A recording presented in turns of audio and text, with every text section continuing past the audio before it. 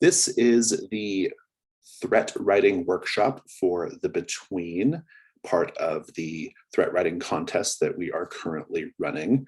I'm going to introduce myself in a little bit more, but my name is Jason at the outset. We are doing this workshop for folks who are participating in the threat writing contest for the Between. That contest runs through August 29th. And so if you are writing a threat and you want some feedback or just some ideas or, well, not feedback, but if you're here and you want some feedback, we can talk about it. But if you are watching this video for the purposes of helping with your threat, you should be in good shape. And hopefully this will be sort of an evergreen workshop. So even if you're watching this months or years from now, it will still have relevant information in it. My name is Jason Cordova. I am the creator of The Between. I also have another game that I had published called Brindlewood Bay. I am a podcaster in the role-playing game space, and I founded a company and a community called The Gauntlet, which does all sorts of stuff in the indie RPG space. Now, everybody who's here on the call, whenever you first speak or comment or have a question, if you'll just introduce yourself at that time, that'd be great. So this workshop is going to assume that you know how the Between works. At a basic level, you should understand just sort of how the mechanics function, and importantly, how threats are structured. The way this workshop is going to go is there are going to be 3 sections. I'm calling it hour 1, hour 2, and hour 3, but realistically, some of them are not going to be a full hour, and some will be maybe a little bit more than an hour. Each of the 3 parts will collectively sort of cover all the major aspects of writing a threat. We may or may not get into some more advanced topics, in particular custom moves. If we have time to talk about custom moves, we will. Or if you have a question about a custom move, then we can talk about them then. But I haven't made any particular space for custom moves right now. It's a slightly more advanced topic, and it can take a while to kind of go into it. And so, with that said, the first hour is going to be looking at big picture stuff and a really mission critical part of the threat that I call the big sink. Now, I'm going to spend about 15 minutes or so sort of just running through my notes and doing a kind of overview of this section. And then at that point, when I'm done, I'll turn it over to you all for questions or comments.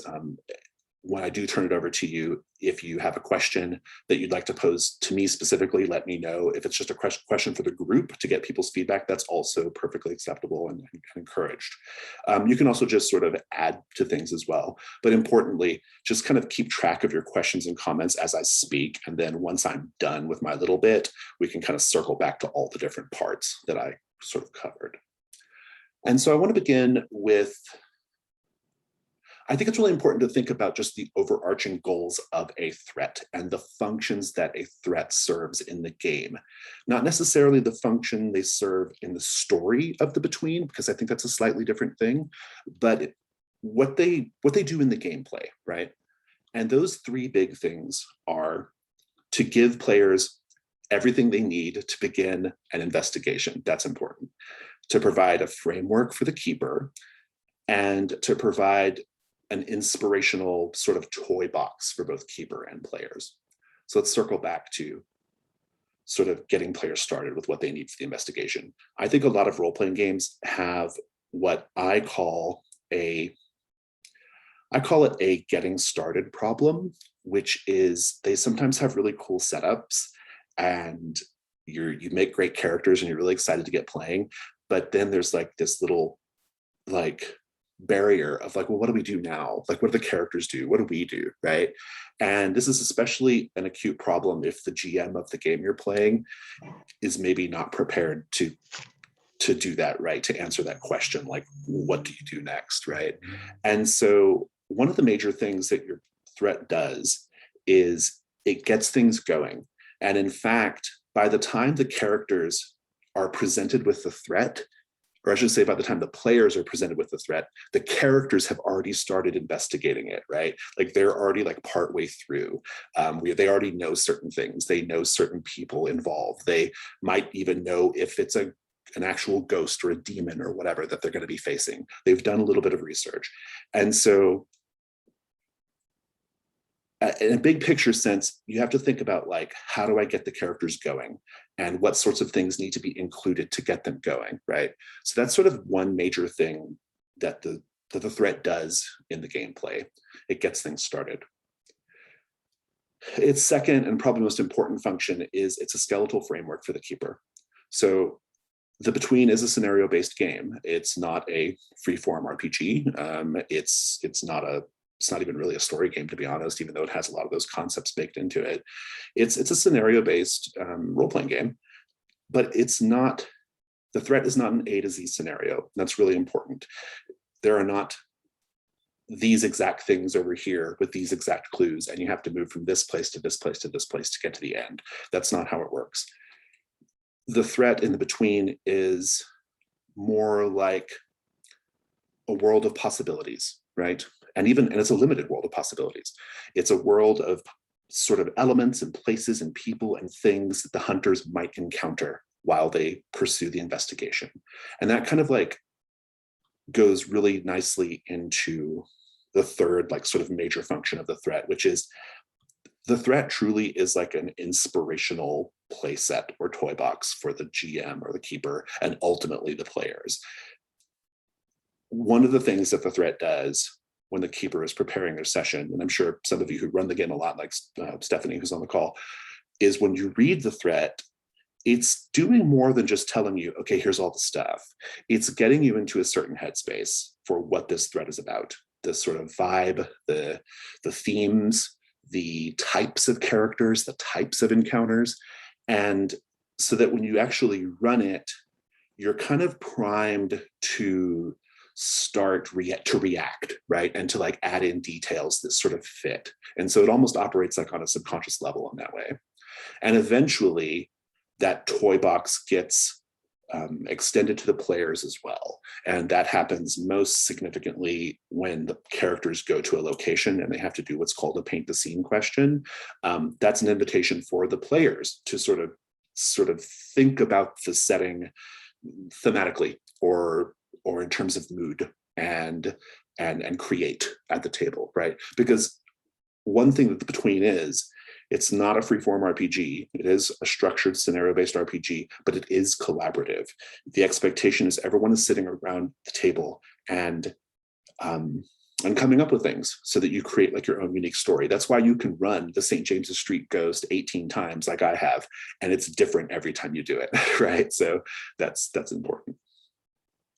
So now let's kind of drill down a little bit and talk about your threat's concept or the central idea or the theme. I also have a note about the Janus mask as well.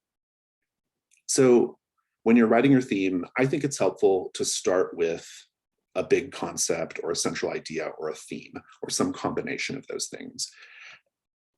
So for example, in the St. James's Street Ghost, the idea is haunting, but there are some sub ideas there too. Family, rising to the middle class, like class structure is a theme inside the St. James's Street Ghost. So I was playing around with a few things in that one. In the Limehouse Lurker, a major theme is the idea of the ancient past and sort of reaching into the ancient past and how the ancient past reaches into the present. That's a big idea in that one. In Figs Pigs, the concept is really simple. It's just cannibalism, right? Like that's the idea, eating people in pies. But it also has some other themes too. Like if you kind of peel back, you can see that there's a lot of stuff about family, for example, and what you'll do for family. So I think it's important at the outset to think about these ideas, think about these themes, and focus your writing around them, or at least let those things act as a touchstone. Because what's going to happen is as you're writing the different sections, you might get stuck. And whenever you get stuck, the absolute best thing to do is to think about those themes and ideas and try to like pull something from there. Like let that be your starting point for for sort of resetting, you know. I also think that this is important because big ideas and themes give your threat a coherent feel. So in play, like a threat that's really solidly grounded in a theme, especially, will have like a really coherent feel at the table. And it helps with that collaborative aspect of the game because it invites other people, other players and the keeper to sort of add to it in a way that feels coherent.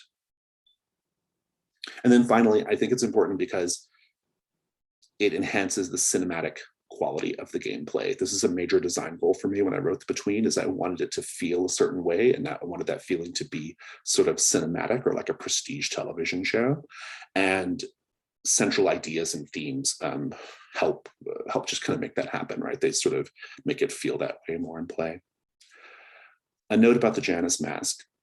So your threat may or may not have an aspect of the Janus mask in it. All of the ones I've published do. And so if you want some examples of those, I recommend reading them. But the theme or the central idea is a great place to start when thinking about your Janus mask aspect.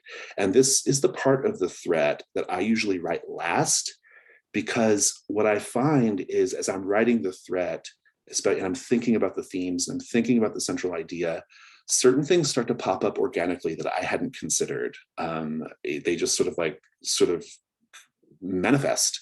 And circling back, once you sort of see the big picture of your threat and you see all the pieces, and especially the things that maybe you hadn't considered that sort of came up organically, the Janus mask then gives you an opportunity to invite others into that, right? So, when I was writing Figs Pigs, I did not originally anticipate that there was going to be this this pagan pig god Mook, right? Like I hadn't really thought of that. That wasn't something that like I originally set out to do, but it happened as I was writing. So that's something I sort of worked in there. And that was something that really appealed to me. And so when I went back to the Janus mask, I wanted to connect the Janus mask to Mook. And I think it worked out great, because whenever people run Figs Pigs, that's the part that they really gravitate to. And they feel like they can kind of grab hold and sort of make their own as far as like creating the story. Okay, so I want to talk about the big sink, and then after that, we'll go to group questions and comments.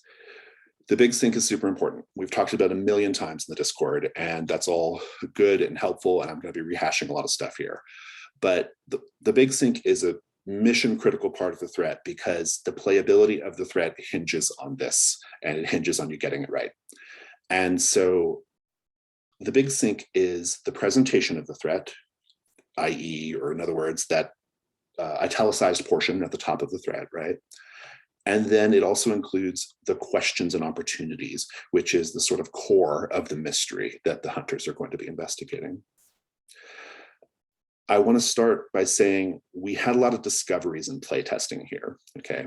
And one of the things we discovered in playtesting is that for the rest of the Between to work, you can't have a loose investigation. A loose or free-form kind of investigation just doesn't quite work. The solutions can be free-form, and they should be, and they're collaborative, but the focus of the mystery, the focus of the investigation has to be tight. If you think about the game that came before, Brindlewood Bay, I wrote Brindlewood Bay in part to essentially test out the mystery system. And Brindlewood Bay is like a very, very focused proof of concept. Brindlewood Bay has one type of question, which is who murdered this person, right? And so it's always focused because, and we don't have to distinguish a particular type of question for Brindlewood Bay because it's always the same, who murdered this person? And so the characters have a very clear, singular sort of goal in terms of like what they're going to be doing. The Between expands the concept a lot by opening up a whole world of possibilities of sorts of things that the hunters can be investigating.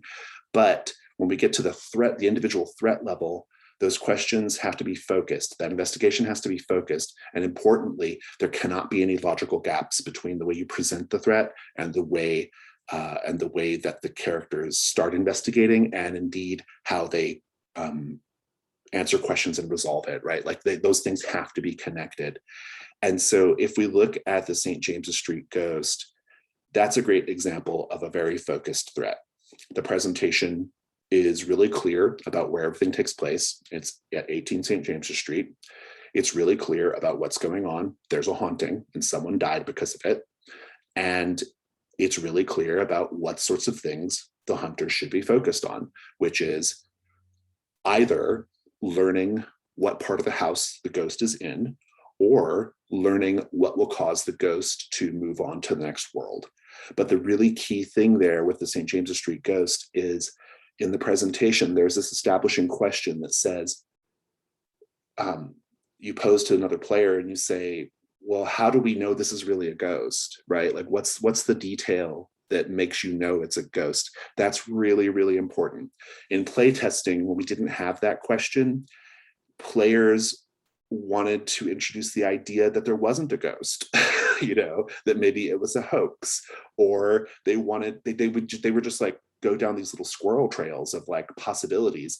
And that can be fun, but it's hard to manage. And importantly, the outcomes are really like, they don't work. Like it's just kind of messy. Like the rest of it kind of falls apart. And so it was really important to say at the beginning, this is a ghost, right? There's no possibility it's something other than a ghost. And so that is, that's a big idea to keep in mind here, is we are sort of injecting the hunters into the mystery at a certain point. Like I said, they've already kind of started investigating by the time the players get their hands on it, right? And so just kind of keep that in mind, that there's a funnel there of presentation to what the characters are actually doing to the resolution, right? And those things need to match up. Now, that doesn't mean that it has to be, I mean, you can present the threat in a way to where it is, where there are still some really interesting questions to be asked and answered. So if you look at the Limehouse Lurker, that one establishes early on that it is indeed a vampire. That's not in question. The real question in that one is it a young vampire or is it an old vampire? That's like the crux of it, right? In The Creature of Cremorne Gardens, it's not established whether the creature is real. This is sort of the opposite, but it does establish certain things that, the mystery is taking place in a certain place. There are certain characters that were affected by whatever this thing is. And so this is kind of how you get going. And then it has this threshold question that sort of will eventually point the characters in one direction or another, which is the creature real or is it a hoax? And then once that question's answered, then it becomes that more focused investigation, kind of like the St. James's Street ghost starts at, right? But so you can kind of play with it a little bit, but there just can't be any gaps, and there has to be a logical flow between that whole portion of the threat, because you're essentially, every new threat, you're essentially like rewriting the basic concept of Brindlewood Bay, right? Like every time you do a new threat, you are writing a whole framework for an investigation, for a mystery. And that's important to see. It's important to kind of keep it all kind of together. And so that's everything I want to say in this first hour. At this point, I will turn it over to all of you. If you have specific questions about your threat, I love that. If you have if you have like links to some text and you want to share that with us, you can put that in the chat as well, if that would be helpful. But otherwise, you can ask your specific questions. You might have some comments expanding on something I said or giving another dimension or nuance to it. That's also perfectly cool. And feel free to just sort of back and forth comment on what everybody's saying. But let's keep the comments and questions pretty focused on this sort of introductory portion of the threat, the big sink and all that kind of stuff. So who would like to say something first, or who has a question or comment? And if you are not on video, just say so in the chat so I can know to call on you.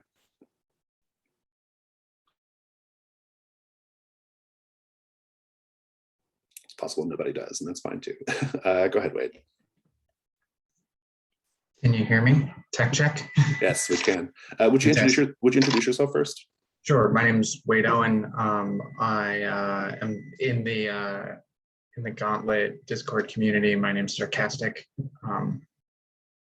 Yeah, I'm just sort of experimenting, exploring. So I recently ran my first Gauntlet game that was Trophy Dark. We did something very freeform. It was absolutely fantastic. And yeah, I own a copy of Brindlewood Bay. I haven't played it yet. I hope you get a chance to soon. Yeah. What was your question or comment? So I'm curious if you have examples from the playtest of areas where the big sync wasn't really focused through to illuminate like where that went wrong, or like, sometimes it's helpful to see like, obviously we know what the goal is, so sometimes it's helpful to think about what happens when you fail. Right? Yeah, I'll expand a little bit on what I said a little bit ago about the St. James's Street Ghost, because it's my best example that I have. So the original version of the St. James's Street Ghost, and indeed the original version of the game, the mystery was very wide open. It was essentially all the characters had to do is just figure out how to help these people, right? Like it was super, super wide open. And what didn't work is that the clues I had written and the clues that were sort of ready to go all have a really obvious supernatural bent to them. Most of them do. They are things moving on their own, strange fluctuations in temperature, like ghostly apparitions, rooms appearing on fire. It was all very, very supernatural. But the players wanted to introduce the idea that there was no ghost, that it was a hoax of some sort. I think they were like, it was like an insurance scheme or something. And that was cool, but it didn't help me as the keeper to I had a hard time with the clues because all the clues were like really obviously supernatural. And so it didn't match up with what the players wanted to do, right? And so that was when I knew it was going to be a bit of a problem. It also was a problem when it came to like just presenting dangers to the characters, because suddenly, like when the threat is a ghost, the dangers are pretty straightforward. We know what the ghost can do. It can, cause rapid temperature increases or decreases. It can poltergeist things at you. It can maybe manifest and choke you out or something. It can do all kinds of stuff. It's a ghost. But when the players are going down this rabbit hole of it's not actually a ghost, you suddenly have a lot of problems with, well, what do I do now as the keeper? Like, do I have the husband who's trying to run an insurance scheme pull a gun on the hunters? If he does that, that's going to ruin the rest of it, because now they're going to know the husband's doing something bad. Like where do I go with this?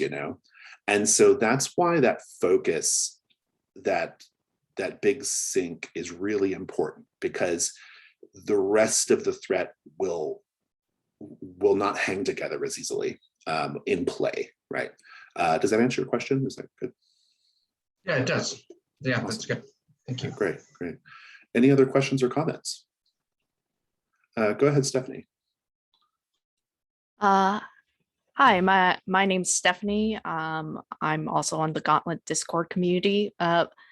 Mostly I've been running games on my own, but recently, like, I'm starting to run out of threats, so I've been making my own, and I've been really playing with the idea of like, okay, so the threats are very structured. What happens if you freeform it? And like really pull at it, rather than like having a definite answer for like, oh, it's a ghost or a demon or something. What if only the motivation was defined? Like, I have a blackmailer threat in which, like, okay, it's going after this particular hunter and trying to get them to do a bad thing. And I was like, okay, well, how can I define the locations?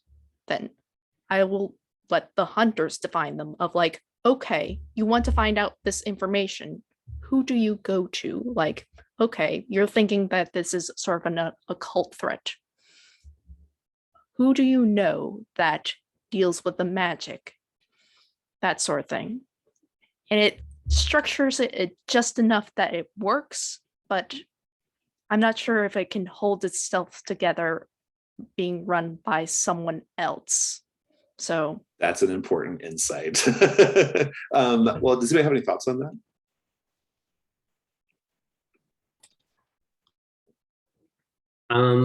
I was just thinking about this a little bit on my own, actually, but I love the idea of threats and modules and incursions and things like that make something that is core a lot looser, but you have to take something else that is normally loose and make it super tight. And so instead of exploring like, is it in this, you would be exploring like, why are they going after this? What is going on? So say your industry goes, you don't know why the ghost is there. You don't know what they want out of being there. But if you have your blackmailer, make it very obvious why the blackmailer is doing what they want. Maybe it's someone from the hunter's past. Maybe it's very obvious who the killer is or the threat is, but you still need to deal with it in some way. And so even though you don't have necessarily the location structure, you don't have the character structure, you still have enough stuff that the characters don't have to think about, that they can spend cognitive resources working on the stuff that is interesting. I think it's a great insight. I want to go back to what Stephanie said about feeling. Oh, sorry, Stephanie. What are your pronouns before I? They, them. I'm going to go back to what Stephanie said about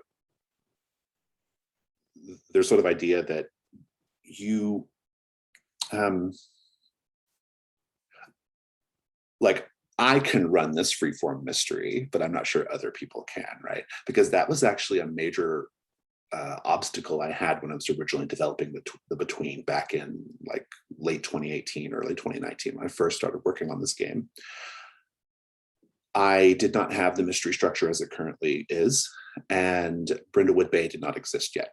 And indeed, I wrote Brindlewood Bay to sort of solve this problem. But the problem I had was the characters were great, the setting was great, and everybody's really into that. And I could run the mystery well from my head, right? Like, I knew how to react. I knew how to get to make things happen, and the players were none the wiser that I was mostly running it from just like a half page of notes and my imagination.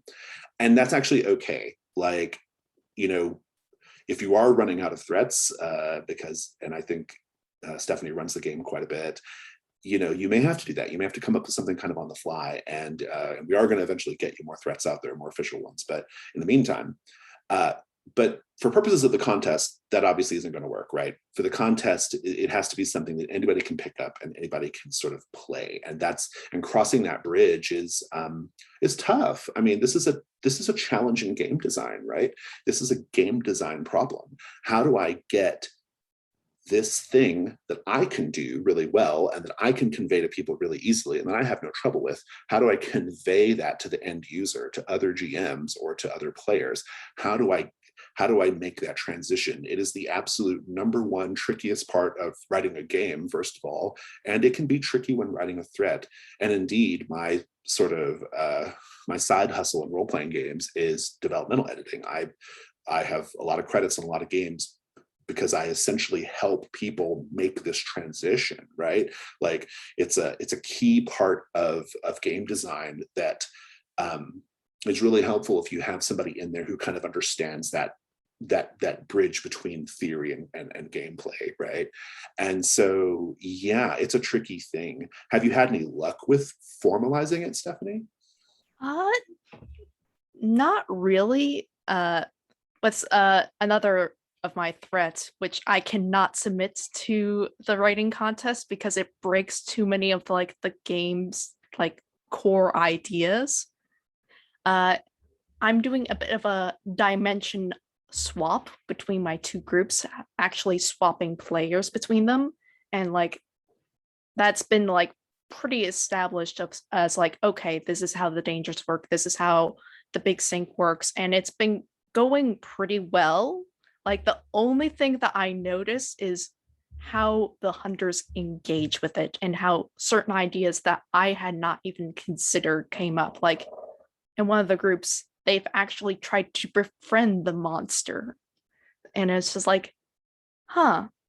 I didn't realize that was a possibility. That was a possibility, Right. But it just makes sense retroactively because oh, you already have this hunter who's been displaced, and you also have this monster that's been displaced.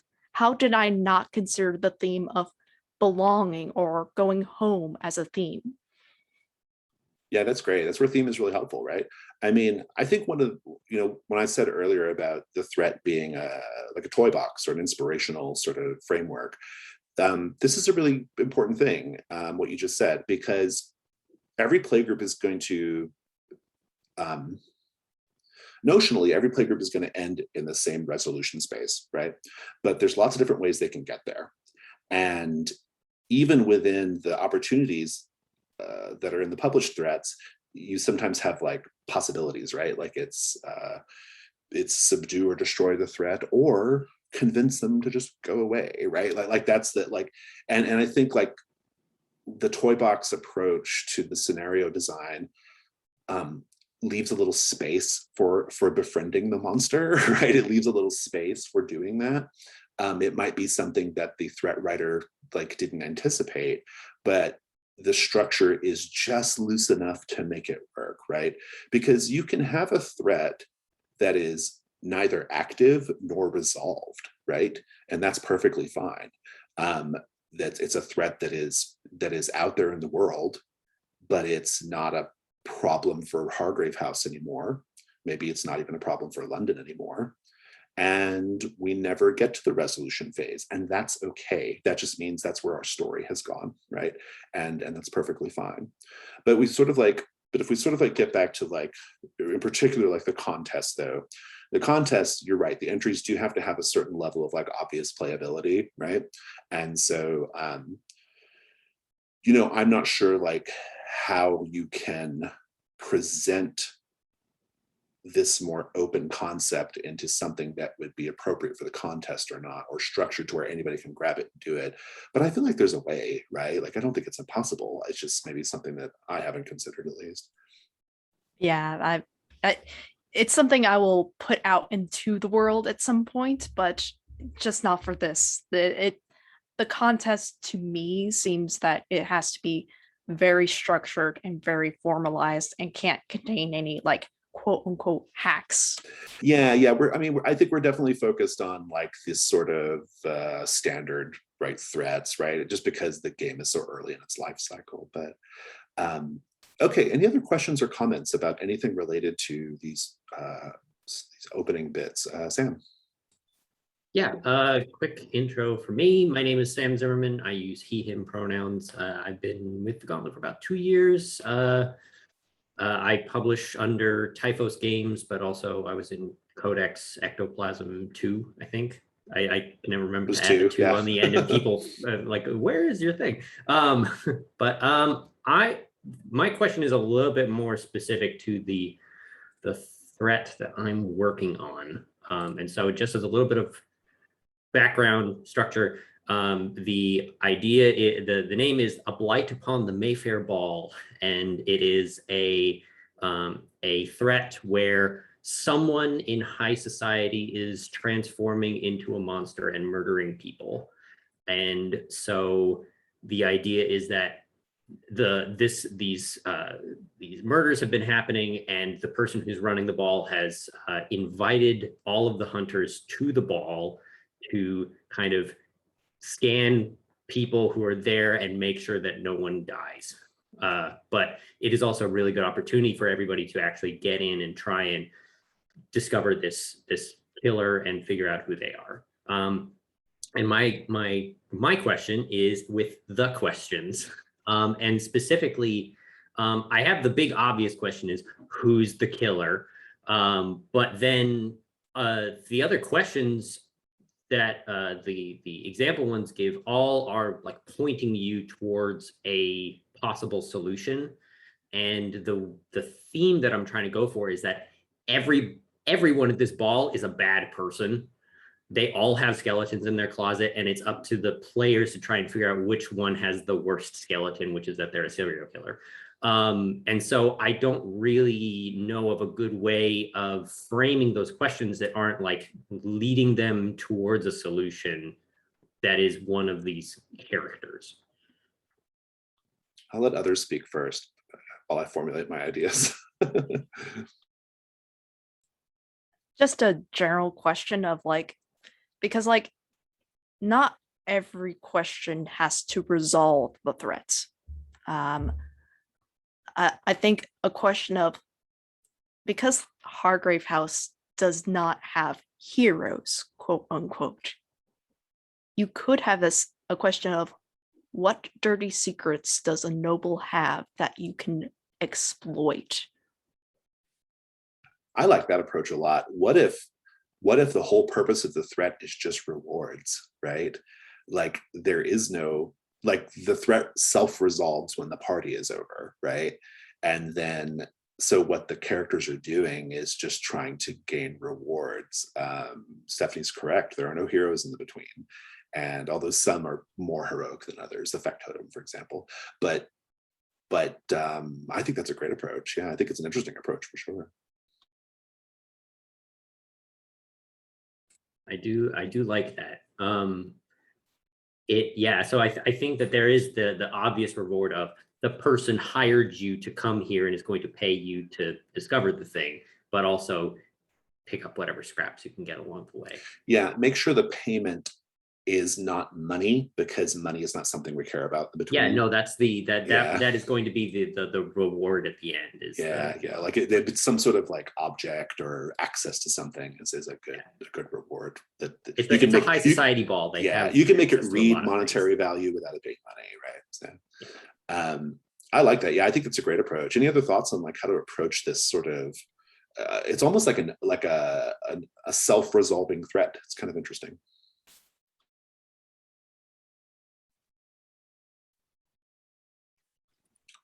Seems like that is kind of where we're going with that. Another thing I was thinking is, this might be too conceptual, and I'm not sure exactly how it worked for the contest, but another thing you might do is, since this is an evergreen workshop for people who might be writing stuff for the between, months or years from now, something you might consider is if you were doing a collection of threats that all have like a connection to each other and maybe even connect up with a mastermind. That's something that David Morrison, who I think is joining the call later, David Morrison is writing a sort of a mastermind plus some connected threats. So it's all very, very tightly connected thematically and conceptually. And so something you might do with a threat like that is it's a literal like interim scenario, right? It's like something's happening in between these other threats, and maybe the guests of the party sort of are connected to other threats in this sort of cycle, right? No, maybe not super contest relevant, but certainly something to think about if you're having, if you have further aspirations for what to do with this. Yeah, wait. Yeah, I had exactly the same thought. Like, is this sort of a turning point in a broader set of threats, right? Where your characters are gathering chits against characters that will show up in other threats, right? And then how does that fit in the context of this contest is kind of interesting, right? Because instead the cast that you're giving is all designed to recur in separate threats later, right? And that puts a lot of weight on you writing it to put a question there that when you do the dialogue piece for that character, like, how do I make this character stand out in another way, right? Yeah, I think that's great. I mean, I think one thing to remember about one thing you should know about the judges of the contest, the judges are Lowell Francis, Sherry Stewart, and Jamie Najati, and they are all very well versed and powered by the Apocalypse games. They're very well versed in Brindlewood Bay and the Between. They know how the parts work, and so it's not like you would be like if you were to submit a contest entry like this, Sam. They could keep up. like I don't think there's be no concerns about they would get it. They would know, be like, okay, like I understand how this could work in the broader idea of the Between as a game. That's something you can like definitely 100% do. I'm pretty sure Jamie is in like 4 games of the Between right now. So, throughout the gauntlet. So like there's no like they know the game. Jamie has written a really awesome hack of Brindlewood Bay as well called Apocalypse Keys. So there is you don't feel like you're gonna like like it's going to be something's going to befuddle them, or like it's not going to match up. Like they're not judging the contest that way. They're not looking at it like, oh, this is exactly how a threat should be. They're looking for creativity and uniqueness as well. So absolutely. Any other comments or questions for this part? And if for the folks who are not on video, very good. Sasha, go ahead and give us your question. You can type it or speak it. Yeah, hey there. I'm Sasha from Toronto. He, him, pretty new to the Gauntlet. Pretty much just discovered it with the Between. But I was just thinking in terms of trying to keep questions focused, try to balance that between sort of any ambiguities in the scenario. How beneficial is it to think of it in terms of like the classic detective fiction questions? Who done it, why done it, how done it?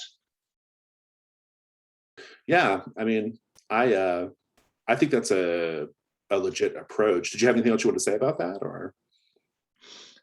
More just in terms of one thing I'm struggling with the scenario I'm writing is that I want there to be an inherent ambiguity within the threat as to whether, is the monster evil or whatever, or are they actually, potentially an ally?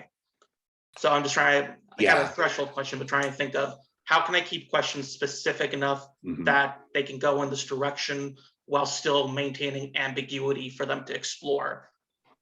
I like that a lot. I have an example for you, which I won't be, I can't, I'll share with you after on Discord or whatever, but one of the new threats, the new official threats that's coming out pretty soon actually, is called the West End Wraith. And the West End Wraith is a Phantom of the Opera situation where this opera singer is being terrorized by this Phantom of the Opera / Quasimodo type character at this playhouse. And the threshold question is really interesting because it basically asks, is the West End Wraith terrorizing the opera singer, or is the West End Wraith trying to protect the opera singer from something worse? And that's a really cool framing. I haven't play tested this one yet. I'm going to soon, but it's a really cool framing because it keeps that ambiguity, right? Of like, what are the motivations of the West End Wraith while still keeping it just focused enough in the way it needs to be for the Between to hang together as a game, right? And so, as written anyway. And so that is something, I can share that draft with you afterwards if you want to take a look at that, because I think that might be the right approach where it becomes about exploring the motivations of the threat, I don't know if that makes sense, but. Yeah, no, that'd be great. Yeah, Sam.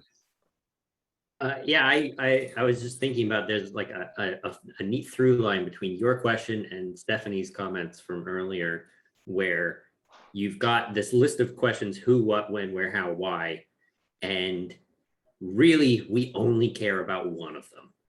Really, your theme, your concept, your idea for how you want the adventure or module to go.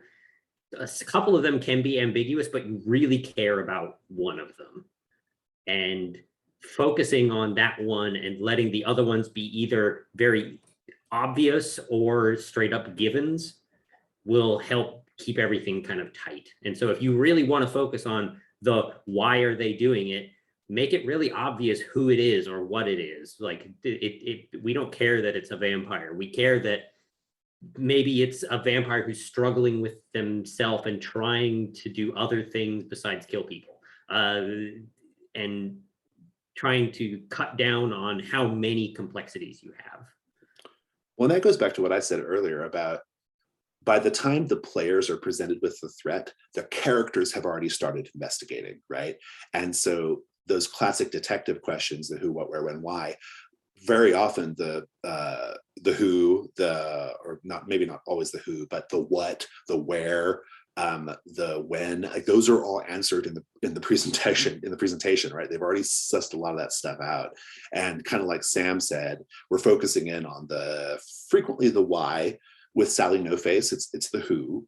It's actually with Sally No Face, it's the who and the why, right? And the where to some degree, because you might be curious where they're at, where they're located, but the where is answered in the sense that we know where the murders were committed, right? But I think that's a good point, Sam, of like, it dovetails nicely with this idea of the way the Between works is the characters aren't starting from ground zero on the investigation. They've already got going, you know. Stephanie, do you want to say something earlier? Yeah, in terms of ambiguity of like, oh, is the threat an actual threat or a potential ally? One of my players is actually writing a threat for me to run, actually, because again, which again, I don't know if it can be submitted, but it's more well refined than what I have written. It's about betrayal of like what happens if a hunter becomes so kind of antagonistic to the rest of Hargrave House that they just can't work together, quote unquote. Like it's not as though it's malicious in nature, but rather like the goals just not align. Like he literally went to the mastermind and just joined up with her. And now we're dealing with the repercussions because like he can't get out and he realized he made a terrible, terrible mistake. And now what? Because like he won't admit he's wrong. I'll tell you in playtesting, or well, not even in playtesting, it's more just like in the early development of the game. We were playing around with this idea. When I say we, I mean my core playtest group and my dev editor. We were playing around with this idea of introducing betrayal elements in Hargrave House, like characters with other motivations. And it's tricky. It's tricky because at the end of the day, these characters have to go back to Hargrave House and live with each other. Like that's a tricky aspect of it. It's tricky because the next threat may not care at all about the betrayal and has to be resolved by the group, right? And there are certain aspects of the Janus mask which get a little complicated when one character starts to swim in a different direction. It doesn't mean it's impossible. We tried to handle it more on the back end playbook side of things by showing the Undeniable is a great example.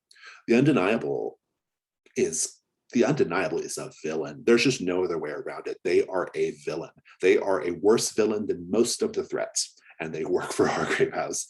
But the thing is that the Undeniable's villainy is pointed at resolving threats, right? Like that's still important. Their villainy is still in line with Hargrave House's aims and goals. And they're sort of, a lot of their like sort of betrayal story, if you want to call it that, is more in the background about like how their cult operates, how their reflection is scarred, the masterwork that is, how how they are going to eventually seek a redemption that they may not be entitled to. Like it's all kind of like big picture backstory elements, and that's a lot easier to work with in a game that's highly structured like The Between. But I'm really curious to see what you come up with, because I do think there's some space for this at the threat level.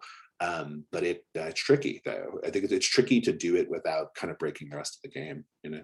Yeah, like in terms of like how we're handling it, his hunter is no longer in play, but rather how like in the quickening, like how that like if you fail that roll, you still like get a scene during the night phase, and that's how we're going to be handling it. Oh, good. Rather like than that. actual playing, because like that's smart. Mm-hmm. Yeah, that's really smart. I think that is definitely one way you can make this work, is if you take it out of the realm of gameplay, hard mechanical gameplay, and just put it in the realm of narrating scenes and narrating vignettes, which is basically how the quickening works if you choose to tell a hunter about the werewolf curse. That's a good approach. Yeah, I think that would work pretty well. You could bake that into the threat, I think. Yeah. Any other questions or comments about anything we've talked about so far? Okay, well, with that, we're going to take a break. We will come back on the hour with part 2. Okay. Okay, so we're here for part 2 of the workshop. In part 2, we're going to talk about the lowercase t threat, meaning the monster or killer that is the focus of the scenario. We're also going to talk about dangers, which is a very connected idea. And then we're going to talk about side characters and locations, two very, very connected parts of the threat ecosystem. And before I begin here with my remarks, I want to emphasize and highlight a really important idea here for this section, which is keeper support. This part of the threat, or these parts of the threat, this is how the keeper knows what to do. Okay, this is how they run the threat. Presenting the threat is no problem. They literally just read it, right? And clues are not even that big of a deal. Like, you just pick something and make it work. But the monster slash killer, the dangers, the side characters, the locations, this is the meat on the bone as far as like running the threat. So, and when you're writing this part of your threat, you should be always reminding yourself of the question, does this support the keeper? That's important. Okay. So let's talk about the monster or killer or creature, or whatever it is, that is the focus of the threat. So Sally No Face, the St. James's Street Ghost, the Limehouse Lurker, so forth. The key here when you're writing this portion of the threat is you have to strike a balance when it comes to how much information you give the keeper. Because on the one hand, you want to support the keeper with a lot of good, relevant information that will help them portray the monster or killer. But on the other hand, you do have to leave a little bit of space to color in between the lines, right? Because depending on the angle that the players might take in answering a question about the threat, that approach might not match up with what's in your description of the monster or killer. And so this is also kind of connected to the big sink idea. It's a tangential idea to the big sink, which is the monster or killer can't have any details that are contradicted by the presentation, and indeed, and especially are contradicted by what's implied by the questions and opportunities, right? There has to be a matchup there. And so you have to kind of find this balance. Now, I think there are some areas you can kind of focus on, right? A physical description is really important, and 3 details are fine. But when writing a physical description, again, make sure it matches up to like all possibilities based off the presentation, right? Another thing you can sort of focus on is the mannerisms of the monster or killer. How do they behave in the scene? And a quote, if it's appropriate. This is really important keeper support stuff, because too many role-playing games, and this is how you know this game was written by somebody who GMs lots and lots of games, too many role-playing games leave the GM hanging on this, right? Of how do I portray the characters? How do I embody them? How do I vocalize them? How do I verbalize their intentions? What do I make it look like on screen? It's just usually left to the GM to figure something out. We want to make it a little bit more focused and a little bit more supporting in the between.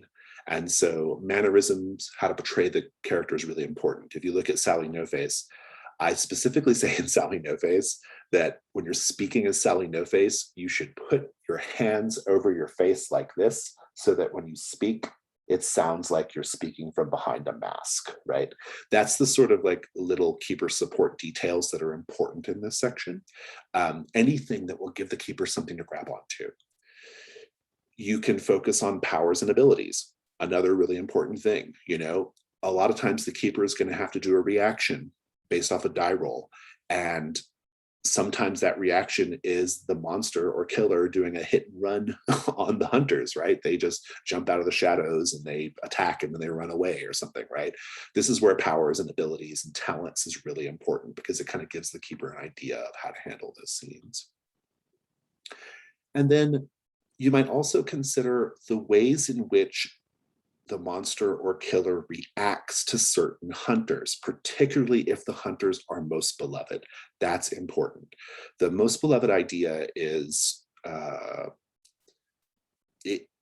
it's a playbook element that's sort of baked into a lot of the published threats as something to sort of grab onto, because whenever a player takes most beloved, they have it forever, unless they're the undeniable. They have it forever, and so that has to mean something in the game. And so this is another way you might consider how the monsters and killers react to that character.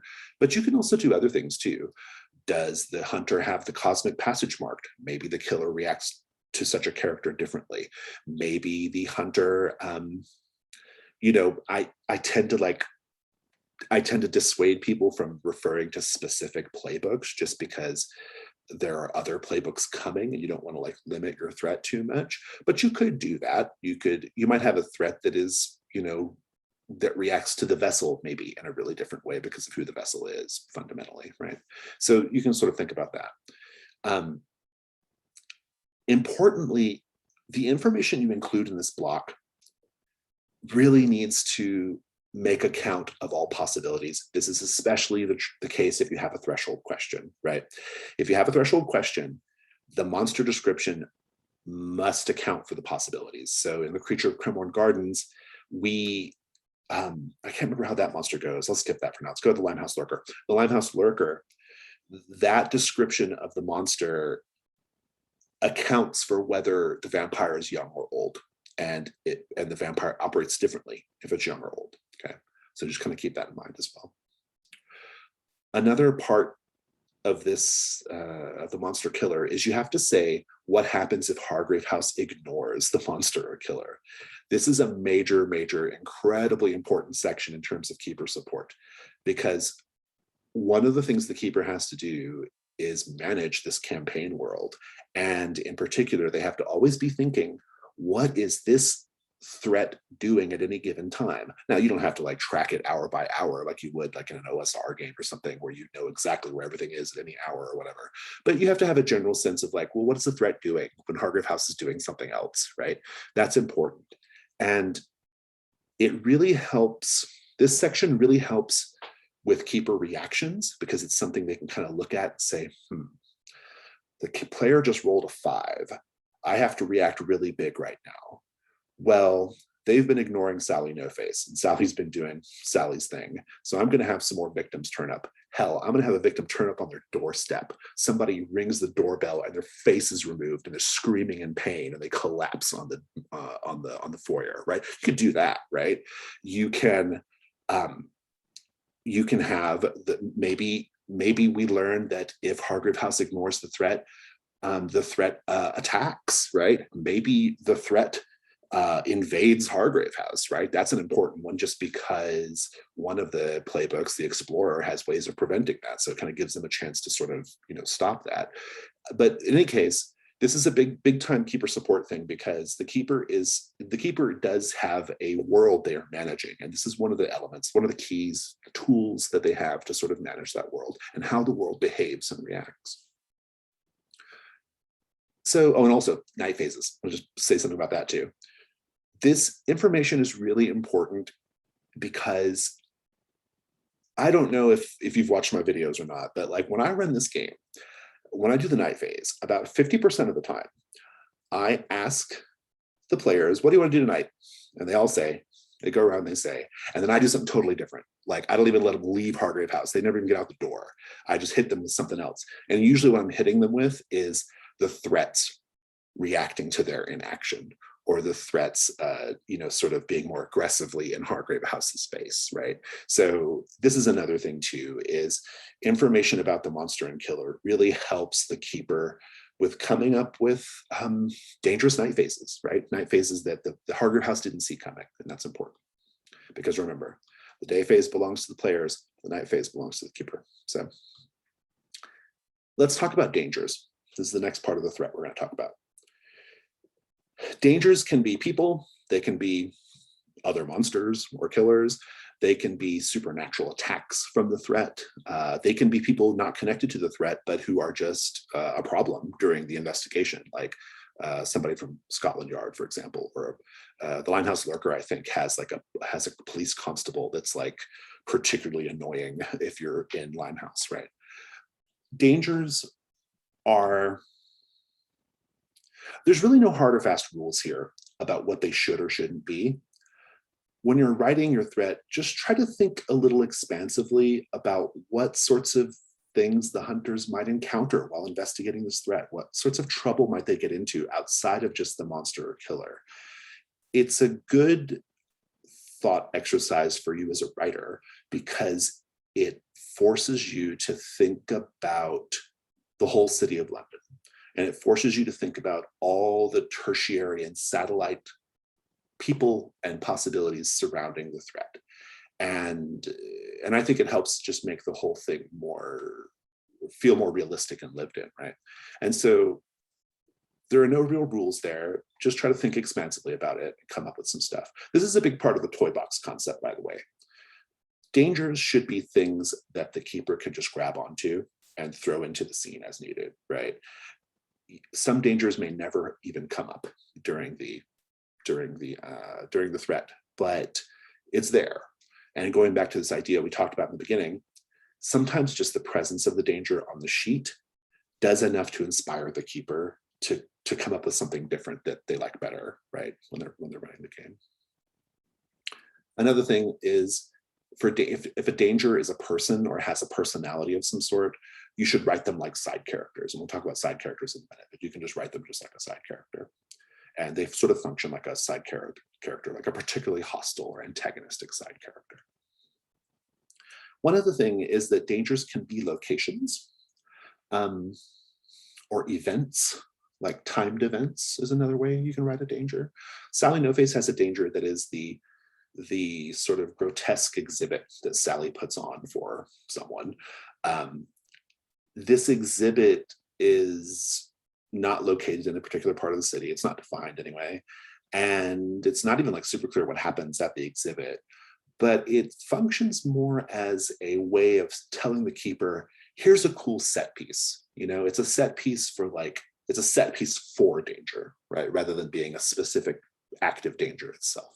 So you can also write dangers that way. Let's do side characters and locations. They're two very, very linked ideas. The most important thing when you're writing your side characters, and indeed your locations, is to consider the geographical scope of your threat. A bottle mystery or a very localized threat should have side characters who serve very specific functions in the story or who are always found in very specific circumstances. So the St. James's Street ghost, that mystery more or less takes place in the townhouse at St. James's Street. Now, I've had groups that want to go talk to the newspaper reporter where they learned about the threat, or they want to go to the mortuary and learn about the victim who's long buried by the time the threat starts, but they might be records. That's something that happens. You can just kind of roll the punches there as a keeper. But for the most part, when you're writing it, when I wrote this one, I knew that I anticipated this was going to mostly be taking place at 18 St. James's Street. And so the characters all have a really specific role in the story. They're named, they have a really specific function. They're there to convey a certain idea, or they're there to convey a certain theme. And in some cases, like the cook, they're there to sort of create a bridge between the present and the past of the house, right? And so, but importantly, the geographical scope of the threat is important to coming up with that stuff, right?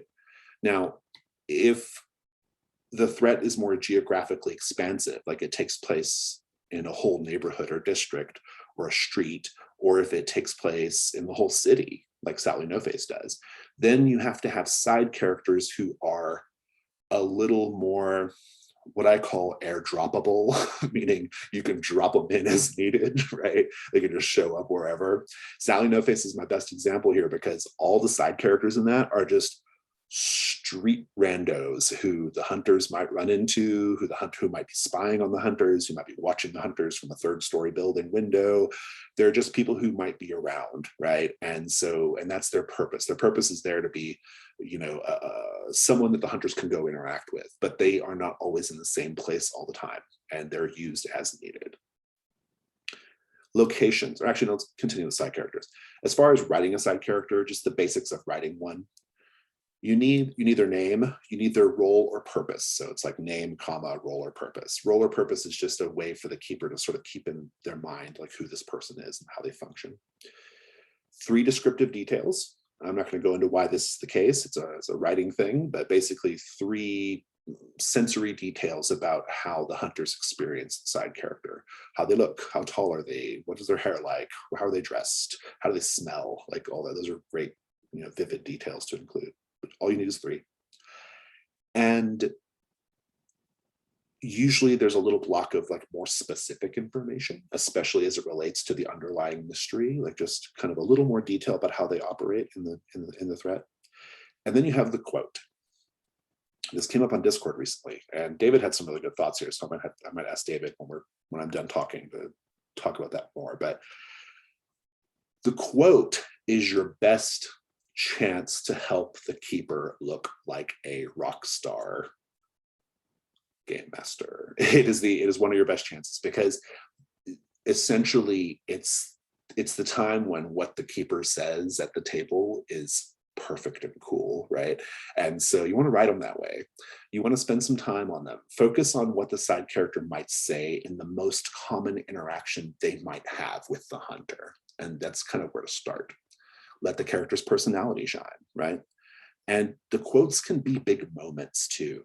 If you look at the Limehouse Lurker, one of the very popular side characters there is the Man in the Sun Mask, right? And the Man in the Sun Mask is this really ambiguous, surreal character, but they have this great quote. And whenever you read that quote in the voice of the Man in the Sun Mask, it always goes over aces with the group. Everybody loves it. And that's the sort of thing you want to try to do. Not every side character has to have an ace quote, but you should think about it and spend some time on it and make sure that character's personality really comes alive. Because even if the keeper never says that direct quote in play, it's going to tell them something about the side character. So let's talk about locations. A lot of the considerations here are the same as with side characters, and indeed, you should write these 2 sections together, I think. Locations can be rooms in a single building, like in the St. James's Street Ghost.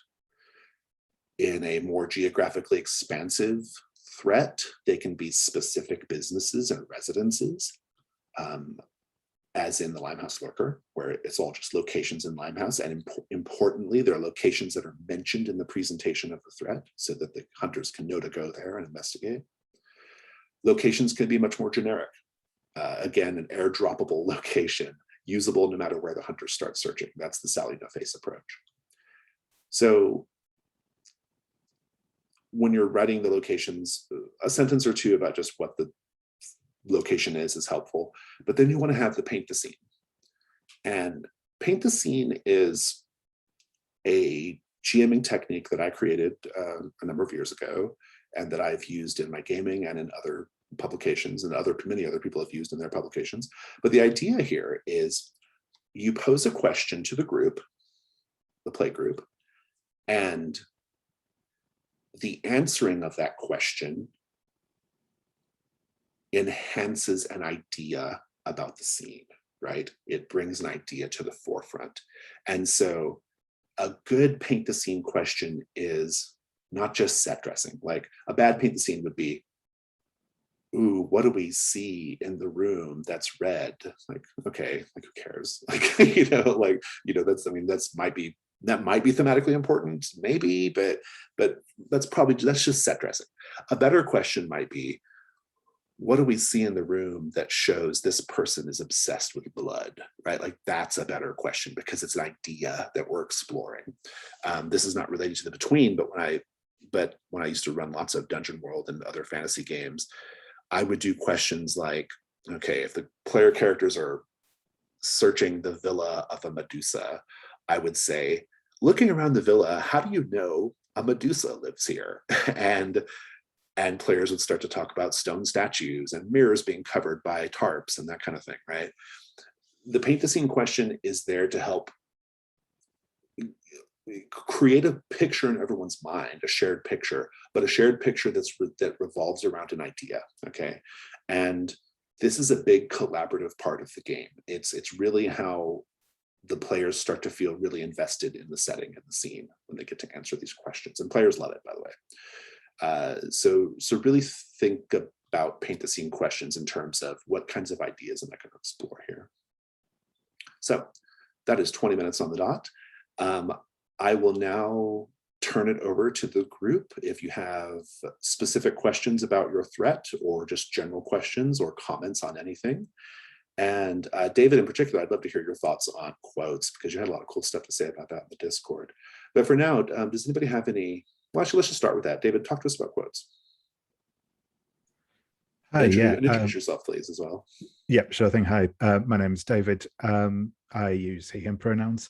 And I am, as Jason mentioned before we started recording again, I have written a couple of like upcoming threats, as well as I have also written an entry for the for this writing contest, which is basically finished now, pending one last last polish. And I've put a link to that as well in the chat for those who are participating if you want to take a look at it. But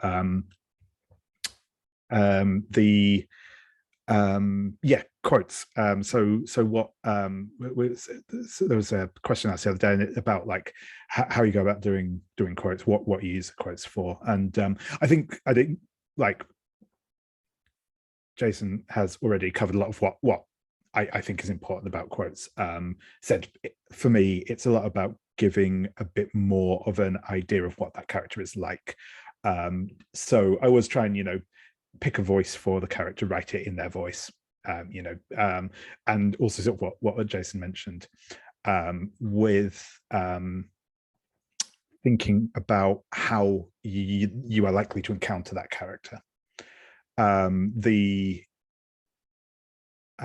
the example I gave when in the chat in the Discord the other day was basically the idea that you have in one of the threats that I've written, one's going to be published.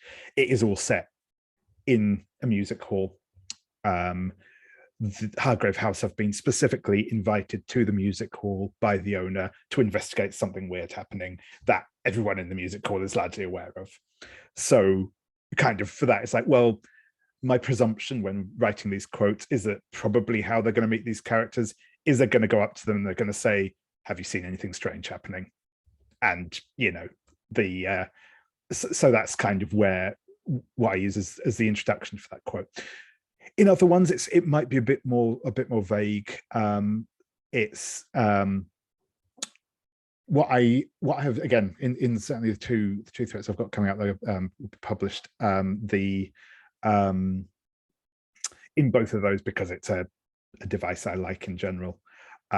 Both of those have a side character who is the person that introduces the threat to Hargrave House. So with those, their quote is kind of what you might expect to come up in conversation when they turn up on the doorstep and say, I've got a problem, can you deal with this sort of thing. So for instance, again, going back to the music hall one, it's there are suspicions that the place may be haunted, but the owner doesn't believe that. So she's like, I'm coming to you because I know you're experienced in this sort of thing. I don't think it's a haunting. I think it's a person who's doing this, which is kind of an obvious hook into like kind of the assumption that the threat takes as well. It could be something supernatural, but it is probably just a person doing stuff, and that's so it's kind of to sort of sets that thing up. Obviously, the hunters may go for the whole dramatic irony route and say, no, this is obviously definitely a haunting if this person has set it up, but that's going to happen. But yeah, the other things I think that are kind of quite important with the quotes, so giving a voice to the character, think about how when it comes to writing, think about how they're going to learn what this character is likely to say to them, just as a general thing. Can set up a bit of the tone for like what that interaction is likely to be like. Are they kind of inherently hostile? Are Are they friendly? Do they clearly know what's going on? Are they clearly very misinformed about everything? You can kind of seed all of that into what you're writing, I think. The other things that I think I mentioned, yeah, that's the other point is you obviously have like your big thing, which I presume Jason's already talked about quite a bit before I got on the call, but obviously the idea with that is in the big sync you want to set up as many of the locations and side characters and all that sort of thing that are kind of core to the threat in that bit. But the quotes that you give to the side characters are another great way of introducing other locations, other characters, their opinions on other characters that might again give like that sort of small c clue to like, well, if this person distrusts Bob the Fishmonger, then maybe Bob the Fishmonger is up to something. That sort of idea. I think that's another really useful thing that you can kind of work to do with those quotes. And I think ideally, which is kind of what I was saying, is you want your quotes to be doing like multiple of these things, if possible. It's ultimately it's a couple of lines of text. There's only so much you can fit into those. But I think if it's kind of trying to for me, I think what is a good way is just trying to work out how this can contribute to the to Hargrave House picking up on clues and finding the thing they need to find, how it can help the keeper pick up on giving that character a voice, and yeah, like I said again, just seeding ideas for how to use that character in the thing. I think that's mostly covered what I spoke about the other day, but yeah, that's I think that there are like a little small detail. I think you can add a lot of information in. Yeah, absolutely. I like what you said about tone, because when I wrote the St. James's Street Ghost, I wrote one of the side characters, well, a couple of them actually, but one of the side characters, Constance Head, who is the neighbor. Her quote it's intentionally funny. Like, it's a funny quote, and every time I do it, it gets a laugh at the table. But it's meant, like, her purpose in the story is to introduce just a little bit of levity into the proceedings, right? Because it makes the horror more horrifying when there's a little bit of levity injected. Sally No Face has a funny quote, right? Sally No Face's quote is pretty humorous, and again, it's this sort of playing with tone is a great way of like enhancing the horror, and so I use quotes in that way as well. So yeah, I definitely like what you said about like establishing a tone in addition to like saying something about the mystery. So let's turn it over to the group now. If you have particular questions about anything in this section, the monster, the killer, the dangers, side characters, locations, or comments or what have you, whoever wants to say something, just let me know.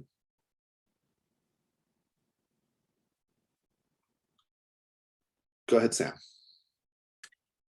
Yeah, this is a question for the folks who have run this a lot more than I have, specifically going for very location contained mysteries like the St. James Street Ghost, where how do you help the GM deal with day-night phases where the idea is that you're all in the same location for a long period of time? Stephanie, I know you've done a lot. Yeah. In terms of switching between the day-night phases, I like to do it by moment of like, oh, this terrible thing has just happened. We're going to move into the dusk phase. And technically speaking, the hunters don't move from the location, even though it's technically, oh, they reconvene back at Hargrave House and blah, blah, blah, blah. That's a meta thing. In terms of how the location is, I like to use the unseen to set the tone for like how it has changed a bit. Like, oh, like the ghost doesn't really wander during the day. It's just like it can be there, like you can notice like little odd things. Whereas like once the moment hits of like, okay, I have to take a hard move, that's that's just strikes me, this is a night thing, we're going to night. What sounds implicit in your question, Sam, is how do we present a threat that is functionally a bottle mystery, right? That's kind of like what it sounds like you're asking a little Yeah, bit. so I'm asking, how can we put something on the page that helps the GM get through that? Because like I understand that there are ways to do it, and there are good ways to do it. How can I help the GM figure out those ways when it's not presented necessarily that way in the core text? Yeah, this is purely theoretical, but I think that there is a way to do it. The game is, it's important to note that the game is not episodic. And so bottle mysteries are they can be a little bit, there can be a little bit of friction there, especially when it comes to like multiple moves. But I think the way you probably do it is when you're creating your locations in particular, like the rooms of the space they're going to be stuck in, I think it's really important to bake into the descriptions or note in the descriptions the idea that these rooms can serve different purposes, that the rooms, are, like if there is a particularly good place for a vulnerable move to happen, you might note that. How does the location differ in the day versus the night? What is the sort of, if it's a home, what is the sort of, maybe some notes about the schedule of the household and how the household reacts differently at daytime and nighttime. I think the locations and the side characters are probably where this is going to be the most salient for you. I don't think you have to add like a new section in the threat. I think you can kind of bake it into these other things. And maybe in the presentation of the threat, you might just say outright, this threat takes place at this location and it must be resolved before Hargrave House can move on. You can do that. There's nothing wrong with it. It's not going to break the game if you do that. But you just have to account for like the other things that are assumed to be happening during the day phase, in particular the vulnerable move. This is really important. Like there has to be space for the hunters to do their vice, right? So what I will kind of add in as a kind of anti-advice, no, not anti-advice, I suppose, was I'd like, and I was also kind of writing the my first threat, the musical one I've mentioned already, before the full text of the rules were available. We talked about the West End Wraith earlier, so you can talk about it. It's okay. Cool. Yeah. And one of the things in that is obviously it's all, again, it's not a bottle episode in the sense that it is constrained by time. It's pure, but it is constrained by location. Everything to do with that threat is in the music hall. It doesn't stray outside the music hall. All the locations are different areas in the theatre. That's like fine. That's it. Like I said, certainly from my experience of playing in the between, I think there's a lot of like, characters do tend to go off and deal with whatever bit interests them most. So I don't think in this particular case you have to worry so much about the fact it's all in one location, because whether all the hunters may or may not be there on any given time, anyway, that's fine. What I did realize, however, is I only thought towards the end of it, it's like, it's a theatre. Theatre's open at night. They're not, so like all of the descriptions, all of the paint the scene, no, that's not true. A couple of them don't, but most of the like questions and paint the scene things I've done that assume that the theatre is open for business and people are around. And ultimately I was like, do I go through and try and work this out? Ultimately I was just like, no. It's like, either this will be a theatre that is also open during the day, which fine, whatever, or it's the keeper will kind of get around that, I think, in their thing. But yeah, that was my kind of moment of like, oh god damn it, after sort of writing the majority of the threat. I think you can trust the keeper and the players to like figure out the gaps, right? Like I don't think it's that big of a deal. I just think that when you're writing the threat, you do have to kind of allude to the idea a little bit in the beginning that the threat is, if it's meant to take place over like one day or night, you should say that. You should frame the threat appropriately, right? That's what the presentation's about. And if that means that Hargrave House is stuck in that place until it's resolved, I think that's okay. I think it'll work fine. But just make it fairly obvious, either in the location descriptions or other places, that the rest of the game can still function. Stephanie brought up a good point about the desk phase, because the desk phase, the implication, it's not explicit in the text, but the implication is that the desk phase takes place in a specific room in Hargrave House, and that the characters are chatting about what they're going to do. But Stephanie's also correct that it's really truly a meta thing, right? Like it's kind of a meta phase, just like the dawn phase is. And we don't have to get too hung up on the idea that the desk phase should be taking place in Hargrave House. I don't think it's that big of a deal. You can run the desk phase just like you would normally. And, as a keeper, I might make the decision to, instead of asking a paint a scene about Hargrave House, I might choose one of the paint the scenes in the threat and ask that instead, and then go around and ask everyone what they want to do tonight. But I think it otherwise works the same. You just have to frame it the right way.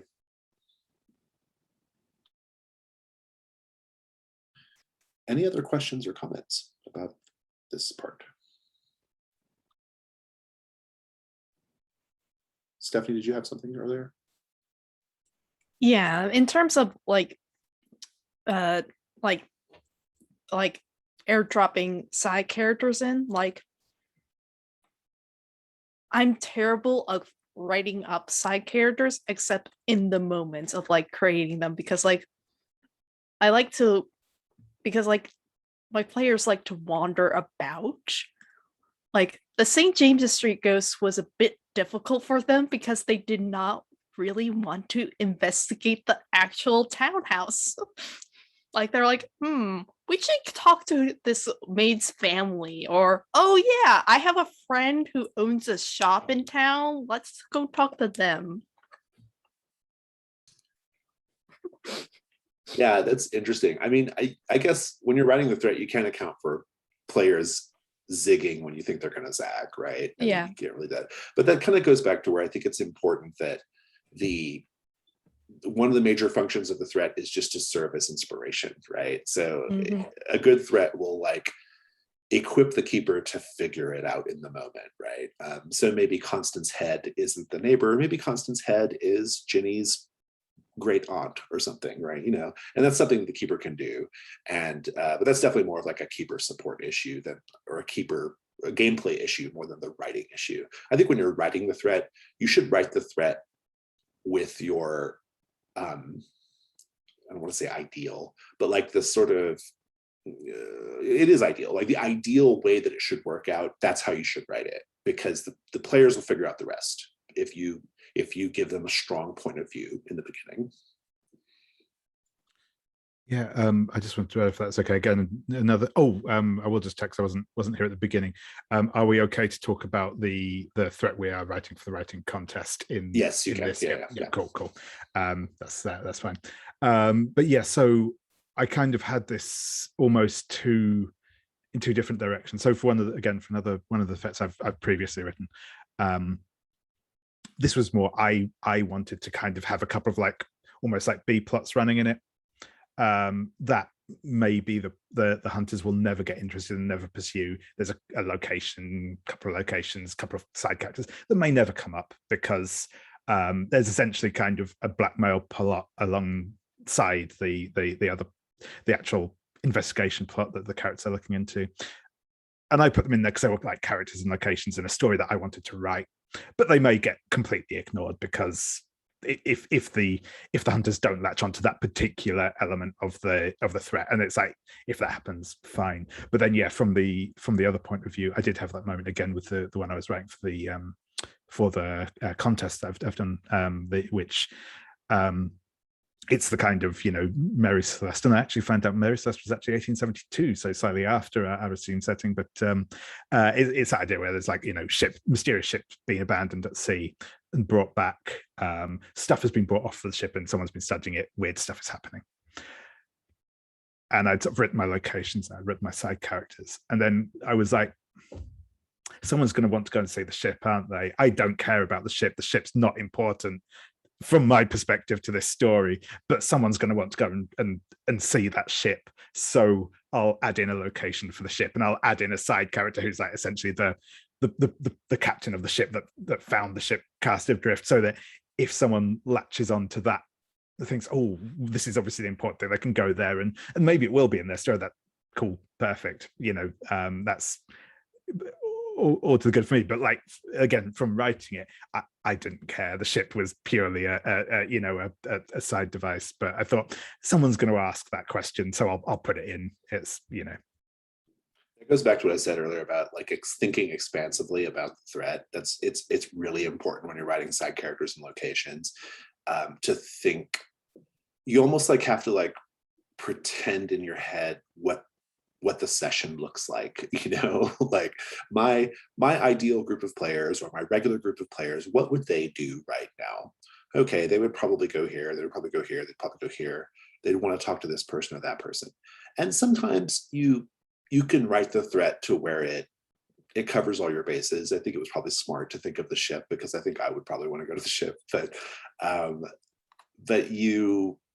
think it's important though that like there's really no getting this wrong when you're writing it. I mean, I think if we keep our big picture goals in mind of the toy box, of the tool set, of the skeletal framework, the inspirational framework, you can't really go wrong here, so long as you are putting in things that are interesting, that would be of interest to the characters. And importantly, you put in some things that get the characters started, right? They have to kind of get going. And so having those sort of get going places defined is really helpful. I discovered pretty early on in running my playtest for the St. James's Street Ghost that, like your group, Stephanie, my hunters wanted to go talk to the mortuary worker who saw Jenny's body 3 months ago. They wanted to go talk to the newspaper person. I haven't had anybody do Jenny's family yet. That's a new one. But they didn't want to like always immediately go to 18 St. James's Street. And I thought about rewriting the threat so that it accounted for those things, but I ultimately decided not to, because I do think that the threat wants to have a particular point of view, because that point of view is how the keeper, the reader of the threat, is going to get invited into the world of the threat, and then they can figure out the rest from there. That's the approach I prefer, I think. Like, it sounds like you did okay with the the players wanting to go talk to Jenny's great aunt or whatever, right? But yeah, but it's really however you want to approach it, honestly. Any other questions about any of these topics? Wade? This one is kind of specific, and maybe to the written form for the contest, right? So I'm playing with a character who's a butcher, right? He's a murderous Scottish butcher that's being skin-ridden by this sort of ancient spirit, right? That has a vengeance against London for its Roman origins, right? And so I imagine that the first time they encounter this character, right, they're like, well, this is just like a blue-collar butcher, and he speaks in this tone, right? And then later, as the mystery unfolds, they encounter that he's actually being skin-ridden by this other creature, this entity, right? So this other entity then has a quote, right? So I need two quotes, and I need them to explode at the right time for this character. And like, how do I fit that into the structure of the contest, right? Yeah. No, that's great. So what you do, this is good advice for the contest and for just in general. In that description of the monster/killer, whatever, that part, you'll want to put those triggers in that description. So you'll say, when the hunters first meet the butcher, he will behave like A, B, C, right? And you can even put like C, the first quote, or something like that. And then you'll figure out what the trigger is for the new way of being. And I would get specific there. After 3 night phases, the hunter will behave like this, or maybe not that many, maybe like 2 night phases or something. Or after, I like this one. Whenever the butcher talks to somebody who has the cosmic passage marked, they will talk like this. or whenever the butcher encounters the most beloved, or whatever, right? Or it could be it could be a trigger within the fiction. After the characters talk to this particular side character, the butcher changes, and then you can just put both quotes in there, and you can bracket it like quote when normal, quote when being inhabited by the spirit, right? I like that setup though, by the way. This sort of like, I think referring to England's history as a Roman settlement is like really good and A+. The between as it currently exists like doesn't make reference to any of that, and I like the idea of bringing it in. It's really smart. Any other comments on that, or any other thoughts or questions?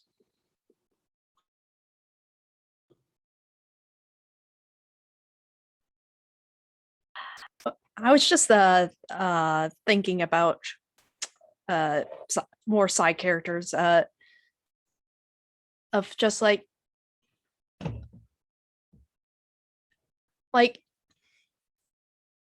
they're not. I have like Mock show up quite a bit in my games, so he's become sort of a side character, but he's dangerous, but he's not a threat. How would you characterize like those types of characters? Oh, definitely as a side character. If they are, well, I don't know. I would do it as a side character, because I think that's what the Man in the Sun Mask is, right? The Man in the Sun Mask is maybe not like dangerous, but he's definitely some kind of entity. He definitely has some sort of cosmic role to play. It's not super well defined. It's kind of up to the keeper and the group, but he's listed as a side character because he doesn't work for the Limehouse Lurker. He may not even know who the Limehouse Lurker is. And he doesn't pose a direct threat to Hargrave House. And so I think that fits in the realm of side character. If it's a literal danger to Hargrave House, it's a danger. And especially if there's a more direct connection to the named threat. That's how I would go with that. Mock is super popular, by the way. It seems like everybody loves Mock, so I need to do more. Maybe I should probably do more with Mock. I don't know, but Mock has been a big order winner, I've noticed. I don't know if that helps, but those are my thoughts. If anybody else has any thoughts, go for it.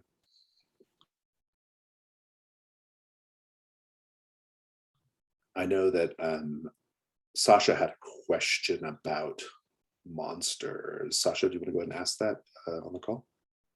Hey, so as I alluded to earlier, there's ambiguity with my scenario about the nature of the, basically the idea is kids have been disappearing from a creepy carnival. They are able to find one of the survivors who's been aged up 100 years. But she tells them the only thing she remembers is she was led away from the carnival by like a spectral figure, or at least, a woman in a white dress. So I want there to be ambiguity for leave it to the players to decide, A, is this a supernatural entity or is it a human? And B, is it someone who is antagonistic, who is kidnapping these kids, or is she saving these kids? But then it leaves it difficult to me for the keeper support to tell them, okay, here's what this being can do, here's what they're about. It's tricky. I have some thoughts, but if somebody else wants to go first, by all means. I will just chip in briefly here. So yeah, I think it is. I think it kind of, to take it back to kind of the principles we already talked about, the idea of like what the threat is, and the threat always has to be something, even if what that something is isn't defined. So I think that's the sort of the one part of it. So again, referring back to the West End Wraith one here, in the way I've written them up, the threat is the West End Wraith,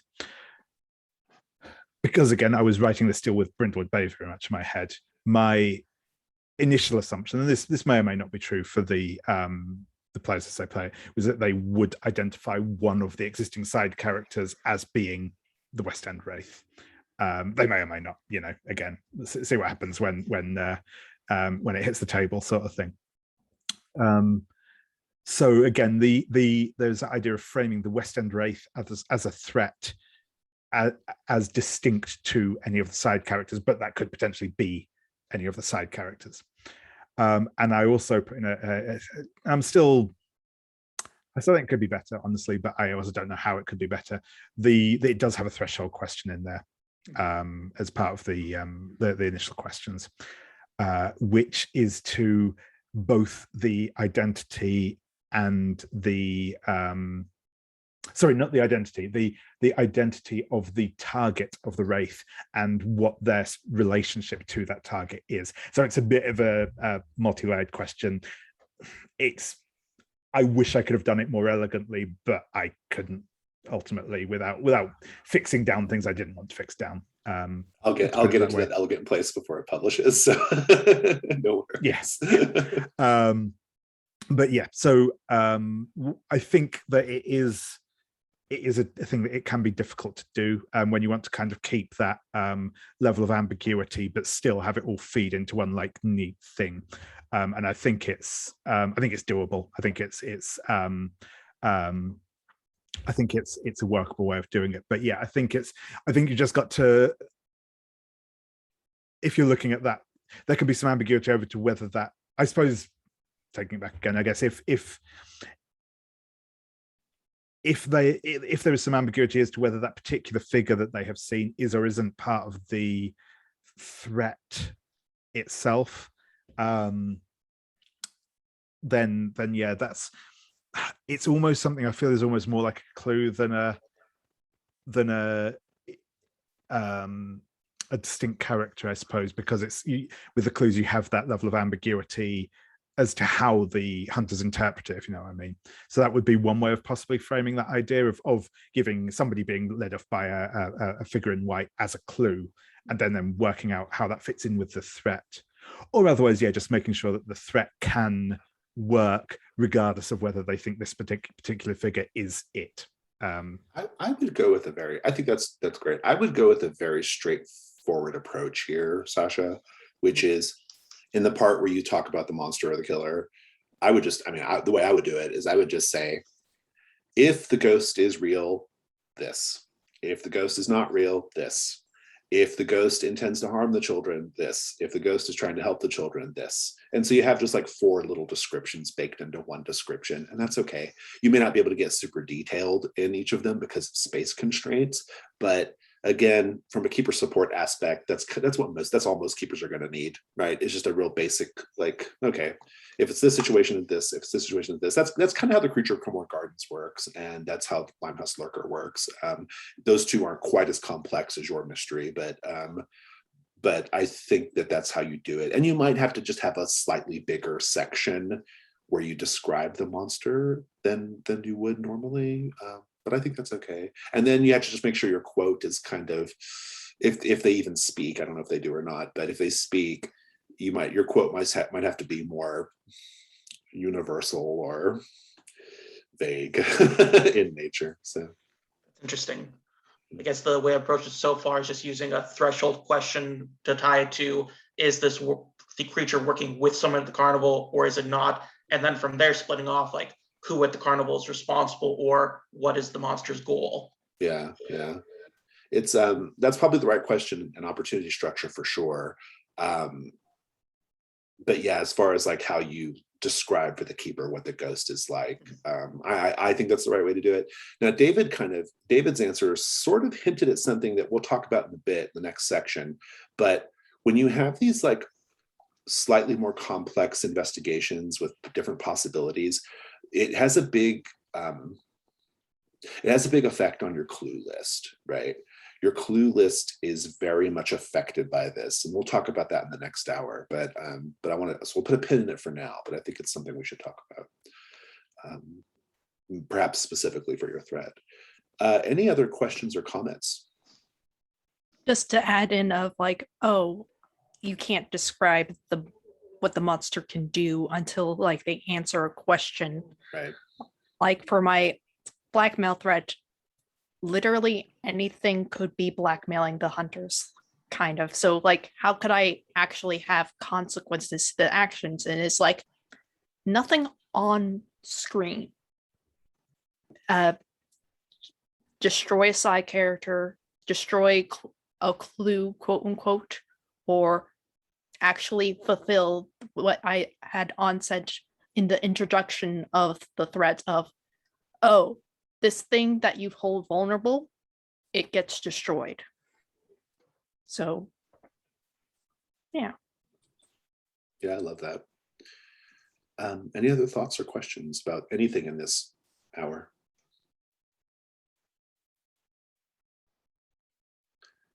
Okay, then in that case, we're doing great on time. Let's take a 5-minute break. We'll come back on the hour to do the last part. Okay, in the third hour here, I want to talk about moments, clues, and rewards. Let's talk about moments. The interesting thing about moments is they are the easiest thing to write in terms of like not breaking the game. You literally can't get it wrong, but they are the most challenging thing to write in the sense that they have to be good, right? And they have to be evocative, and they have to be like, this is where you get to be a writer, right?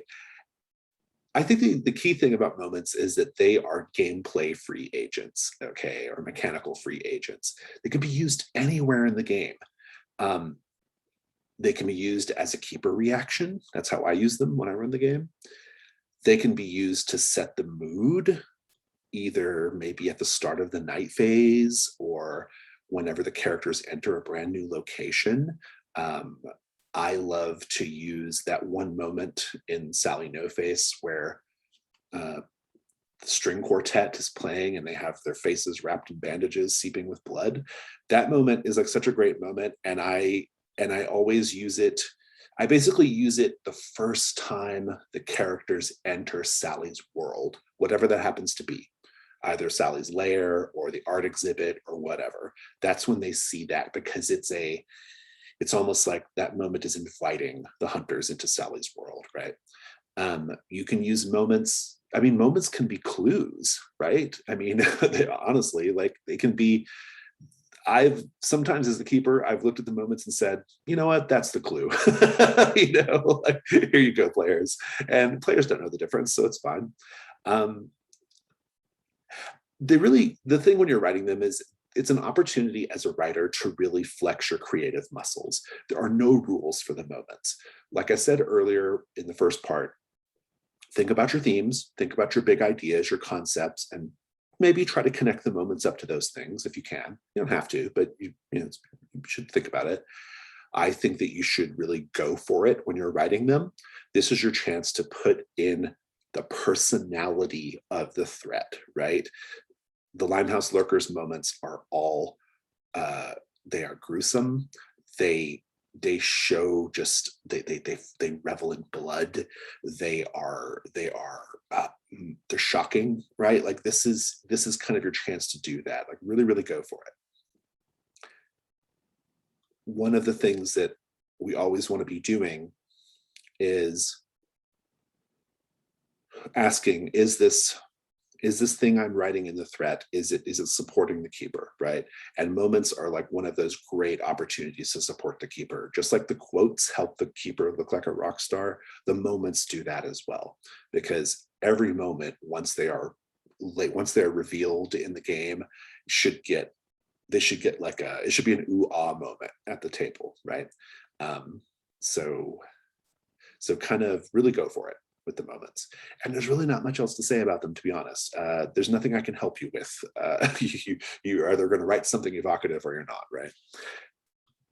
Let's talk about clues. Clues are obviously really important to the gameplay, and I'm not going to focus on the gameplay aspects so much. Like I said, this workshop assumes you know how to answer a question, how all that stuff works. But I do want to talk about just sort of, first, just sort of theoretically, I think it's important to make a distinction between lowercase c clues and capital uppercase C clues. Everything in the threat, everything in the story, everything in the game session can be a lowercase c clue, right? More precisely, everything that happens in the threat is context for answering questions and resolving threats. It's all important. Everything you write is important as far as that goes. Every side character's motivation, every location, every moment, every gruesome detail that comes out in play, it's all part of the investigation. But the capital C clues are what counts mechanically. Those are the ones that count for mechanical purposes. And that's why we distinguish them. Now, what sets a capital C clue apart from just the rest of the context or any other sorts of clues that characters might run into? Honestly, not much. In the between, it's really hard to write a clue badly, but just because the game takes place in the realm of the supernatural. And so nothing has to make perfect logical sense, right? They're a little bit like moments in the sense that it's just another chance to kind of like show something evocative and cool with just a slight tightening and focus on the idea that this is something that the hunters would particularly notice. They would notice this and note it and consider it to be important, right? That's the difference. I would compare it to my other game, Brindlewood Bay, which has the same mystery system, but is typically more mundane in the investigations. It's just about mundane murders, not supernatural things. Although supernatural stuff happens later, the day-to-day mysteries are fairly mundane as far as that goes. Brindlewood Bay clues, in my opinion, are much more difficult to write than clues for the between, because in Brindlewood Bay, the clues have to operate within the realm of the mundane and the believable. And that means that they have to have just a little bit more connection to the underlying murder, right? They have to just they have to be a little bit more connected, not directly connected. They still have to be kind of loose and flexible. But in the between, the clues can be like truly bonkers, oddball stuff, right? And it's okay because the players are going to make sense of it. And it's okay if it doesn't make any logical sense or any real world sense, because this is a supernatural game, so who cares? Having said that, there are a few things there. A capital C clue is something, as I said before, that would get the hunter's attention. That's important. It's something that does not conclusively answer a question by itself. So you can't include a diary entry that is the Limehouse lurker confessing to be an ancient vampire. Is probably not. That's a terrible clue because it answers one of the questions, right? So it can't conclusively, sort of solve the mystery. And also, when you're writing your clue list, I think it's really important that at least a third of them or so, maybe a little more, are pretty obviously connected to the questions. So, if you have in the Creature of Cremorne Gardens, a few of those clues are definitely more leaning towards the creature being a hoax. A few of them are more leaning towards the creature being real, and a few of them are a little bit more like, okay, if it's a hoax, here's why, or if it's real, here's what the creature might be doing. And then the rest of the clues are just more like general clues that can apply to any situation. The reason why you want some of the clues to have a little more connection to some of the questions is because it's a keeper support issue again, because sometimes in the moment, the keeper just needs to grab something that makes sense in the moment. And that might mean grabbing a clue that is, kind of like in line a little bit more with one idea than another idea. Or they're currently trying to figure out what they've figured out that the vampire is ancient, and now they need to figure out what the vampire wants, or whatever the question is. And so one of those clues needs to be like, kind of really refer to the ancient world in some way, right? Limehouse lurker is a great example here, because some of those clues are very obviously like the vampire is a little boy, and then the other clues imply that the vampire is this ancient being. And so you just want to have some of them like that are just kind of connected to the question specifically, not directly, but leaning in those directions, because it's just easier for the keeper to run the session that way when they have a mix to choose from. And I guess the last thing I'll say about when you're doing the clues, this is maybe kind of optional when you're writing them, but I think it's a good idea. I think you should think about the ways the clue might be twisted around and interpreted by the keeper. Because practically speaking, the keeper is going to have to grab a clue and make it fit, right? And this is a gameplay issue, so it's outside the scope of our conversation here a little bit. But you can give them a hand by kind of helping out with the way you wrote the clue. And the way you do that is you make it just a little, you kind of build in some flexibility, right? So instead of a clue referring to side character A and side character B, you might just have that clue refer to side characters generally, instead of like a clue being connected to a specific location, you might like take out the specific location and leave it a little bit more open. Think about flexibility. The tricky other side of the coin there is when you start thinking about flexibility, you can make the mistake of it being so flexible that it's unremarkable. And so you don't want to make the clue unremarkable. It needs to be something the hunters would notice still. It's a bit of a skill, but it's not hard. Again, this is much harder to do in Brindlewood Bay. So the Between is an easier process, I think. Brindlewood Bay, the clues it's harder to write them. And I think that's all I want to say about clues, but we'll hear everybody's thoughts here in a bit. And we're going to wrap up this section real quickly with rewards. So rewards. So when you're playing the Between, the threats come fast and furious, okay? Threats on the table in session 1, they start investigating it, boom, session 2 happens, the next day phase, and there's another whole threat, and then boom, the next day phase, there's a third threat, and then we resolve that first threat, and boom, on day 4, another threat is introduced, and already we've had 4 threats that we're seeing already, right? They come fast and furious, and that's on purpose. That's what I intend for the game to feel like. However,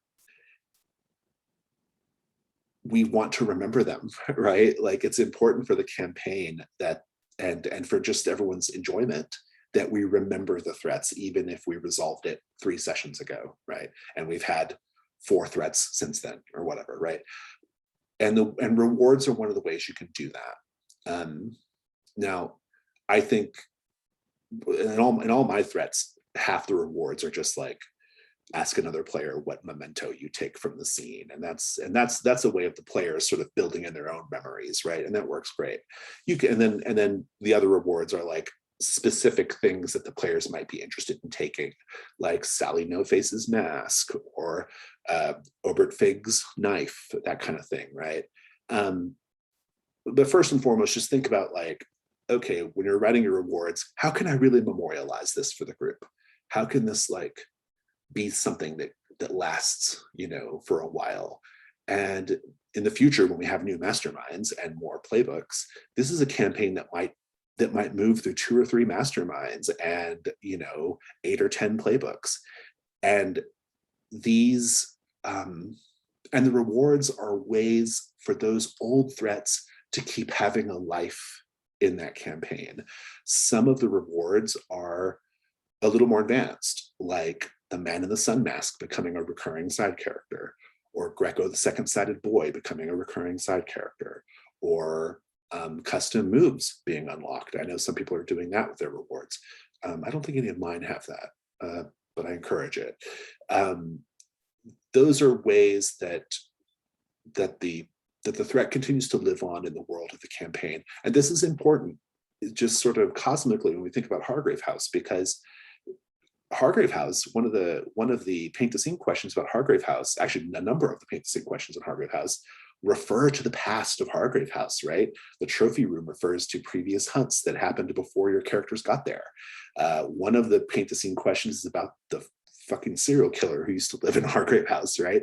Like, this is an idea in the between, that there's history, right? That this is a living, breathing place. And we see this throughout the game with the unseens, for example, and other ways. And so your rewards are really kind of your way of saying, you're like tying a bow on the threat and saying, don't forget this, right? Like, don't forget it. It's here forever. This is the way it is, here forever. And it's as simple as that. I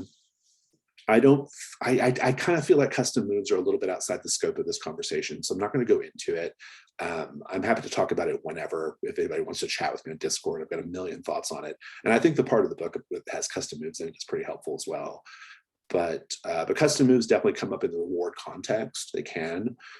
They also come up in the questions and opportunities context, like unlocking custom moves as the opportunity for a question being answered. Writing PBTA moves is not difficult, but it helps to maybe have some experience with it, or talk to people who have experience with it, in particular how moves work in play, because they're not hard to write, but there's a way you can do it to where they kind of fall flat at the table. And so I recommend just hitting up somebody who has some experience with it if that's something you have a question about. And that's all I have to say for this hour as far as moments, clues, and rewards go. These parts of the threat are definitely the most loosey-goosey in terms of like writing them, but they are high impact in terms of vibe and tone and gameplay. And so at this point, I'll turn over for questions about anything we've talked about today from the first 2 hours or this last hour, or just comments, or if you want to expand on something. But whoever wants to go first, say so.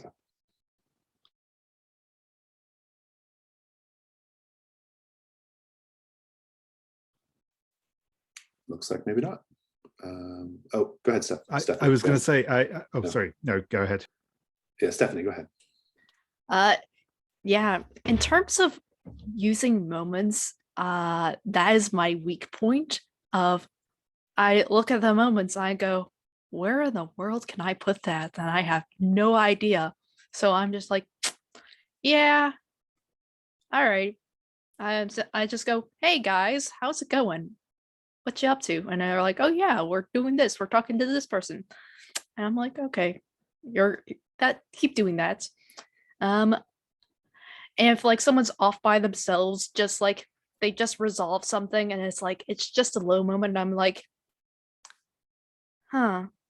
I just like to put supernatural stuff right at them, because like they've got the vessel and like they got like the explorer and the American, and it's just like it's not a good moment for like violence or being snobby, so let's just put supernatural things in it. It's just like they get so excited when I do that. So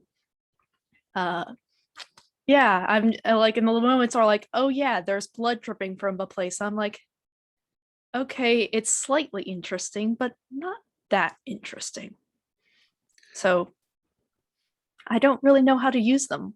Yeah, I mean, it's like a gameplay question, right? I mean, I think in the context of writing the threat, I think you just go for it, because some keepers will respond to things a certain way and some people and some won't, but it's not really your job as the writer of the threat to worry about that too much, as especially for moments, not every part of the threat, but for moments, I think it's okay to just like write the cool thing you want to write, because it might be the only thing that really happens with the moments is it operates in that sort of subconscious way that allows the keeper to create a really coherent feel, even if they never refer directly to the moment.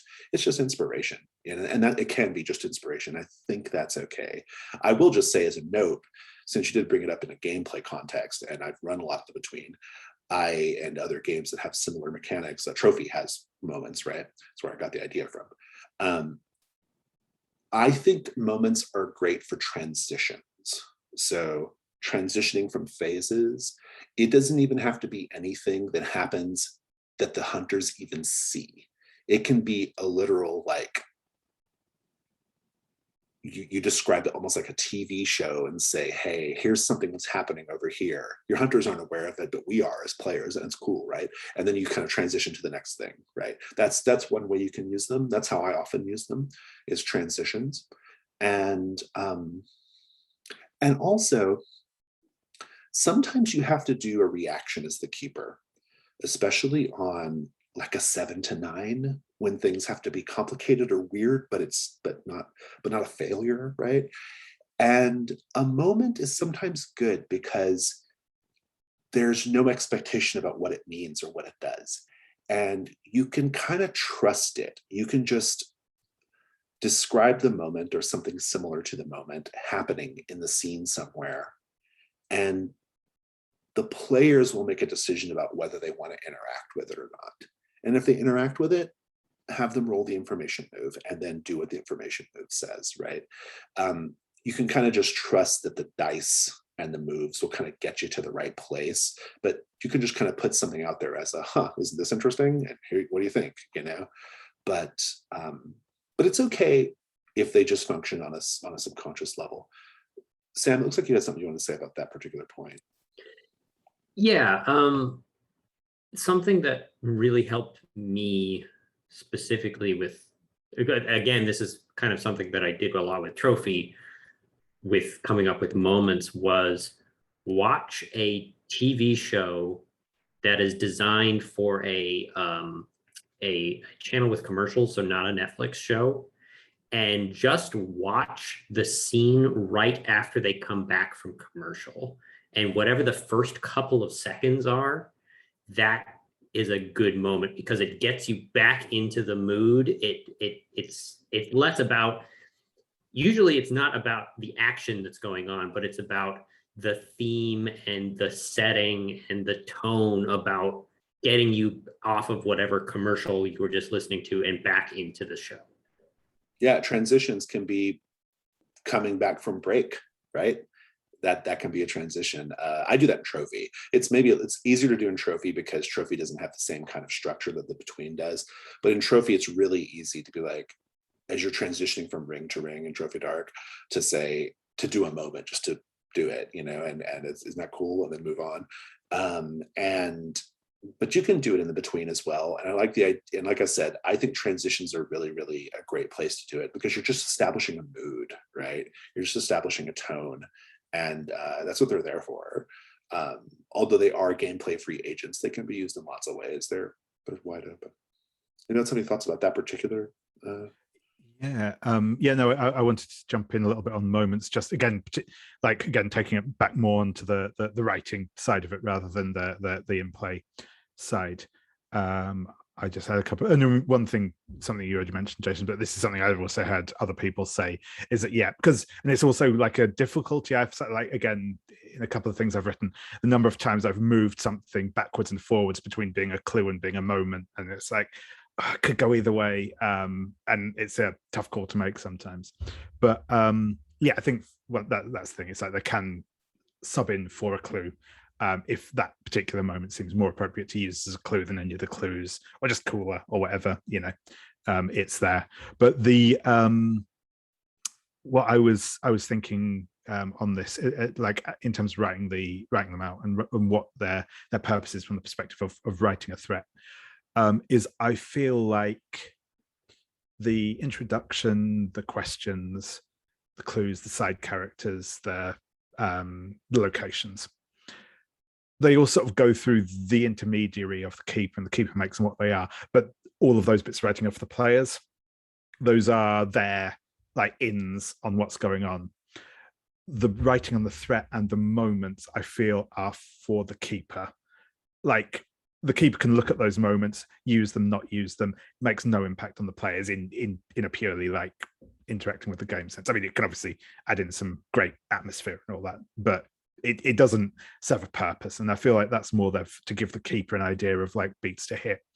And what I also feel like is that, and then this isn't as reinforced in the Between so much as it is in say Trophy, but I still kind of approach it with that idea. And again, especially because I've written a couple of threats that are designed for issues of Codex, is going in with that idea of an implicit theme to the threat. And I feel like the moments are really the points where you can hammer home the theme to the keeper.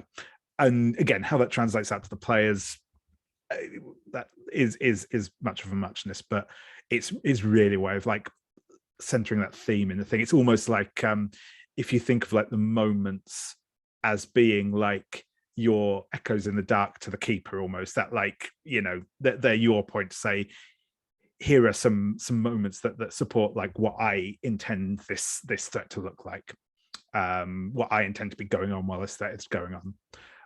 So again, for the one I've written this back about science and stuff, there's lots of that kind of like very classic haunted house, fluttery curtains, face in the mirror, all that sort of thing. For the one I've written about the music hall, it's a lot of like people doing things, not necessarily related, well, not explicitly not related to that at all, but just people doing stuff that you might chance across. And so yeah, I think that's kind of from the perspective of like writing the threat. I think that's what I see the purpose of the moments for, which I appreciate isn't so much about using them, but more to think of them as how they're written. Something that I used to talk about with Trophy. Trophy, by the way, is another game that we publish, or a series of games that we publish, dark fantasy horror thing. When I used to talk about like theme in Trophy, and theme is a really big deal in Trophy, I used to say that like, and I believe this is true for the Between as well, is when you're writing the scenario, you can't overdo it with packing stuff in on the theme. It's impossible. You should pack it in as much as you can. Pack in your big idea. It might seem like overkill on the page if everything is about a pig, or everything is about blood, or everything is about music, or everything, you know, it might seem like overkill. But in play, I have this theory I call like that says that basically the scenario opens up like a flower. Like when it's written, it's a really tight little bud with all the parts, and it's really tightly packed in. But in play, the flower opens up. We have space in between, right? We have downtime moments with characters. We have transitions. We have the characters doing something not related to the threat at all. And that space makes it to where it doesn't feel like, the theme doesn't feel like overdone or hammered into their brains or forced down their throats, because it happens in a more staccatic and spaced out way in play than it is on the page. Your job as a writer, though, is to make sure it's all in the page, right? Because it's going to open up in play. Anyway, that's my metaphor, I guess, for handling theme and scenario writing. Any other questions about anything at all, or comments?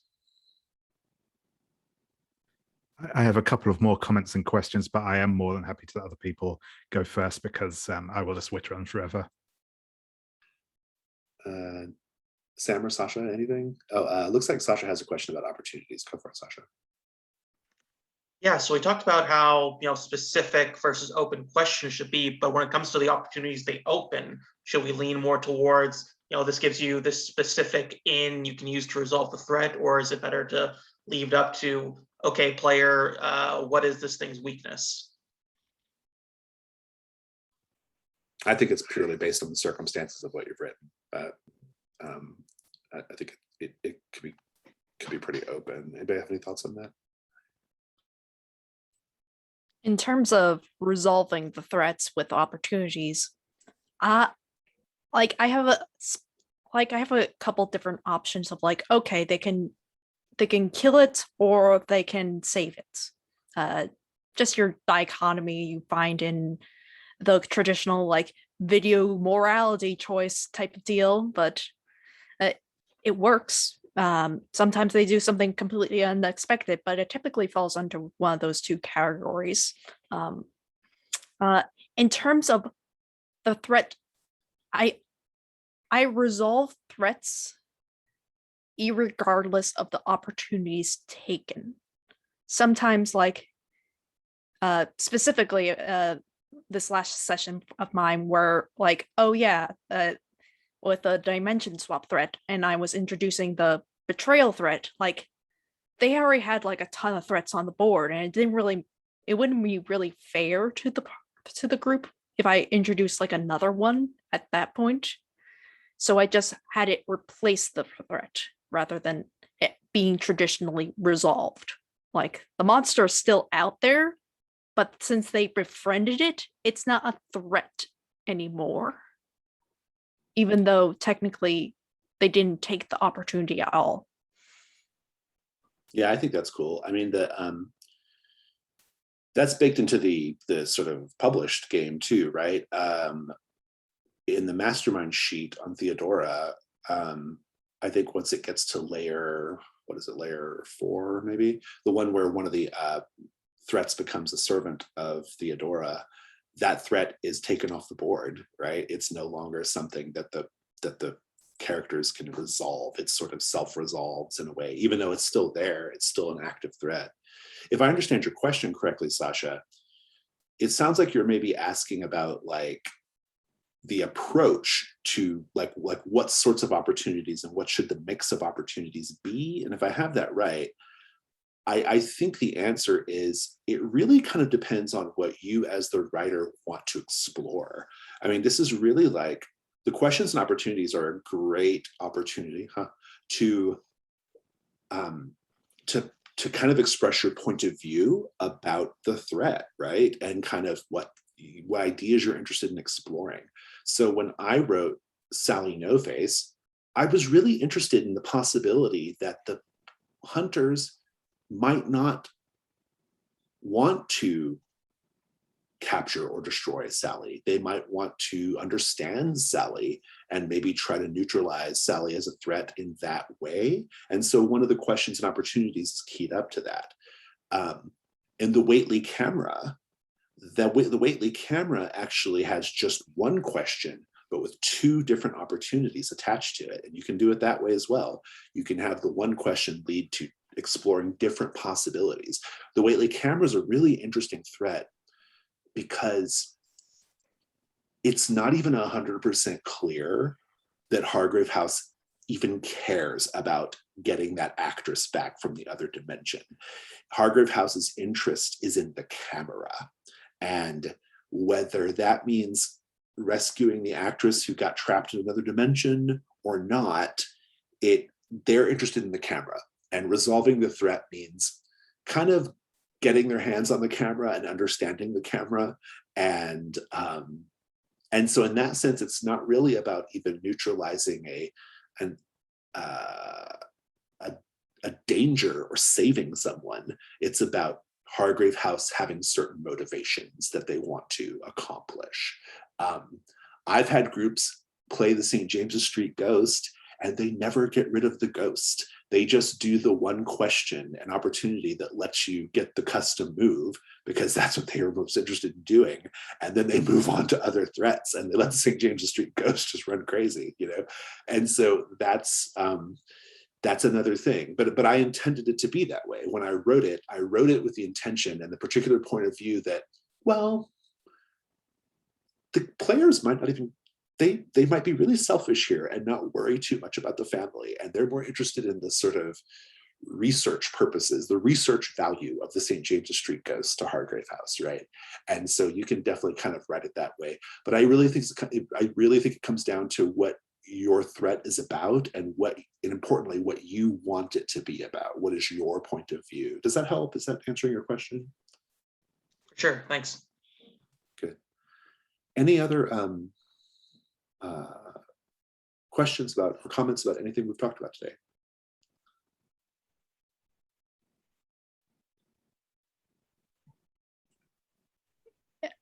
It's less to do with threats themselves, but rather the playbooks. Sure. The Explorer playbook in particular,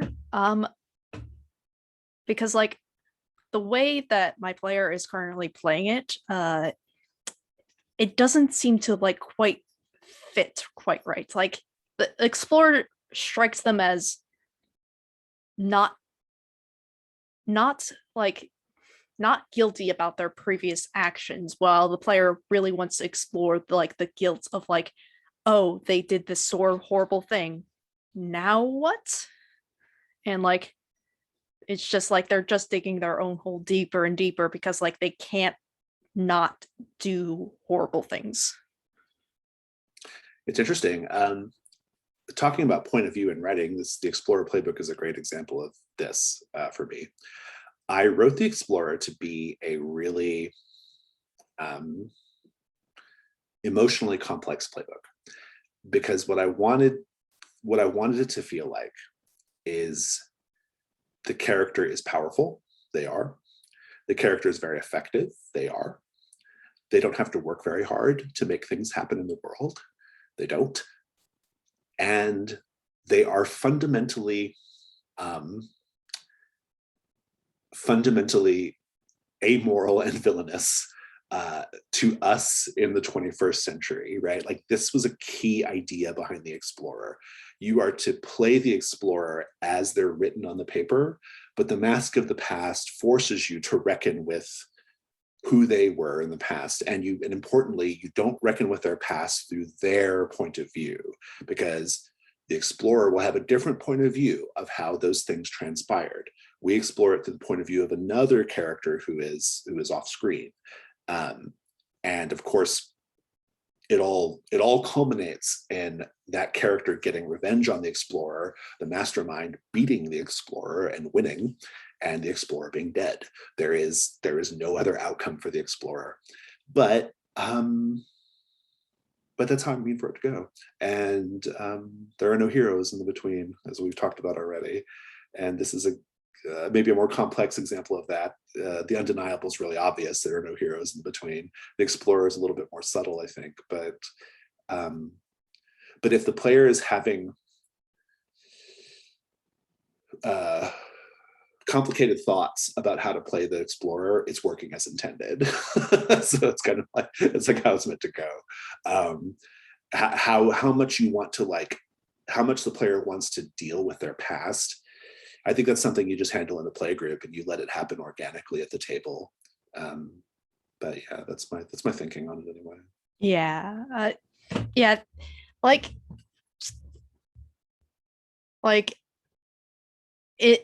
they have a very complicated relationship with the mastermind. Like, the mastermind in the original, like, the Explorer playbook is meant to just be like opposites, a rival. But in this case, the mastermind is kind of an ally, which is very, very strange. Like, and I love that. I think it's great. And like, spoilers for my group, so get out here, you guys. But I'm planning on, like, one of the questions being of like, how can you redeem the mastermind? Oh, like one of the threat questions being that? Yes. Oh yeah. Intriguing. I like it. It's complex, but intriguing. Yeah. No, I think that's great. I mean, there's a lot of space for like organic story threads to happen like that. Yeah, Sam. This is not related to Stephanie's question, so I don't know if did anybody else have anything to loop into that. I just had a very, very short thing to say, but I'll keep it brief. No, as I said, I think yeah, definitely. I mean, I played the Explorer back in a much earlier playtest and had a lot of fun with it. But yeah, I think it is. And I mean, I'm in a Imperial stuff is something that I have a vested interest in, shall we say? But I think it is tricky. I think I will. My slight regret is I do miss the move that actually mechanizes making 1,000-yard stare monologues into the dark. But I may bring that back. I love that move. Yeah. Yeah. I may yet I'm in a future version of the Explorer, I might put that back in some way. But yeah, I think it is interesting. I think, like I said, that way the way that the playbook itself specifically doesn't reckon with that past, I think is a really, really important thing. I think is very central to it. Two bits I wanted to say. Oh yeah, that was it. The one thing, I think again I mentioned this in the Discord the other day, but I've just recently binged the entirety of the Bad Gays podcast. And it's a podcast about complicated and outright villainous queer people in history, and they have a couple of episodes on T. Lawrence, Cecil Rhodes. I can't remember if they did. Cecil Rhodes is a very complicated individual in history. Yeah. And Gordon of Khartoum as well, who are all obviously kind of in that. They are all the Explorer essentially, and the way that looks at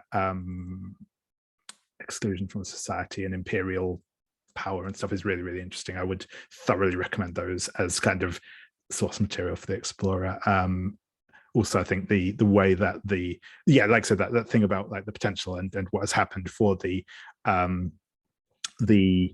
Explorer seeing the mastermind almost as more of an ally is like absolutely spot on perfect for British class dynamics of the time. It's like it's it's like ultimately the things we're doing are more or less the same. We maybe want slightly different outcomes, so yeah, maybe even not redeem, but just how can I get them to see the right path? That's it's that sort of, how can I get them to use their powers for the good of empire? And I absolutely imagine that Theodora goes to Royal Explorer Club's meetings, with all the others, and she's there, and I mean, yeah, that's the class aspect is really important to the playbook, obviously, right?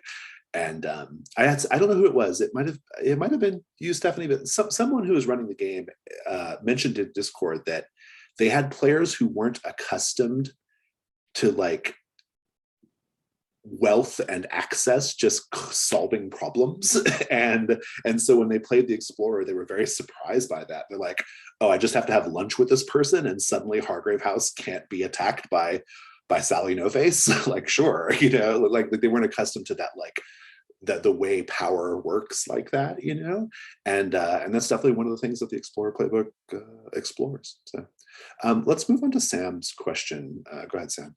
Yeah, all this talk about the Explorer jogged my mind about a point that Jason, you mentioned earlier in the discussion, where you were talking about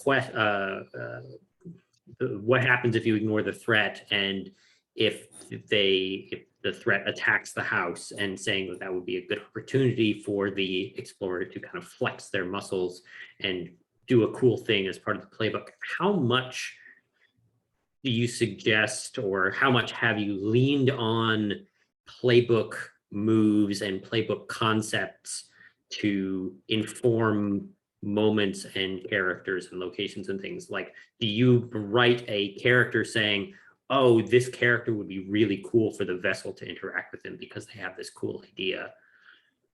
It's a great question, and I try to avoid making references to specific playbooks in the threats, and the reason why this is less about specifically like mentioning in the text. Oh, I see. Like, oh, you should, like, if the vessel talks to them, do this. This is more about just when you're coming up with ideas, do you think about how those interactions would go and try and build those interactions into the system?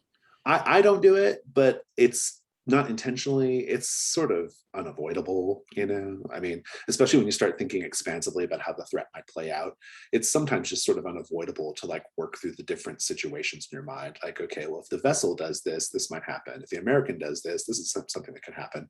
It kind of happens unintentionally for me. I try not to. I really try for the threat to be its own little cosmology that exists in its own way, and then we see how the characters react to it and how it reacts back, but it's obviously unavoidable to some degree. So yeah, not a great answer, but it's what I would say.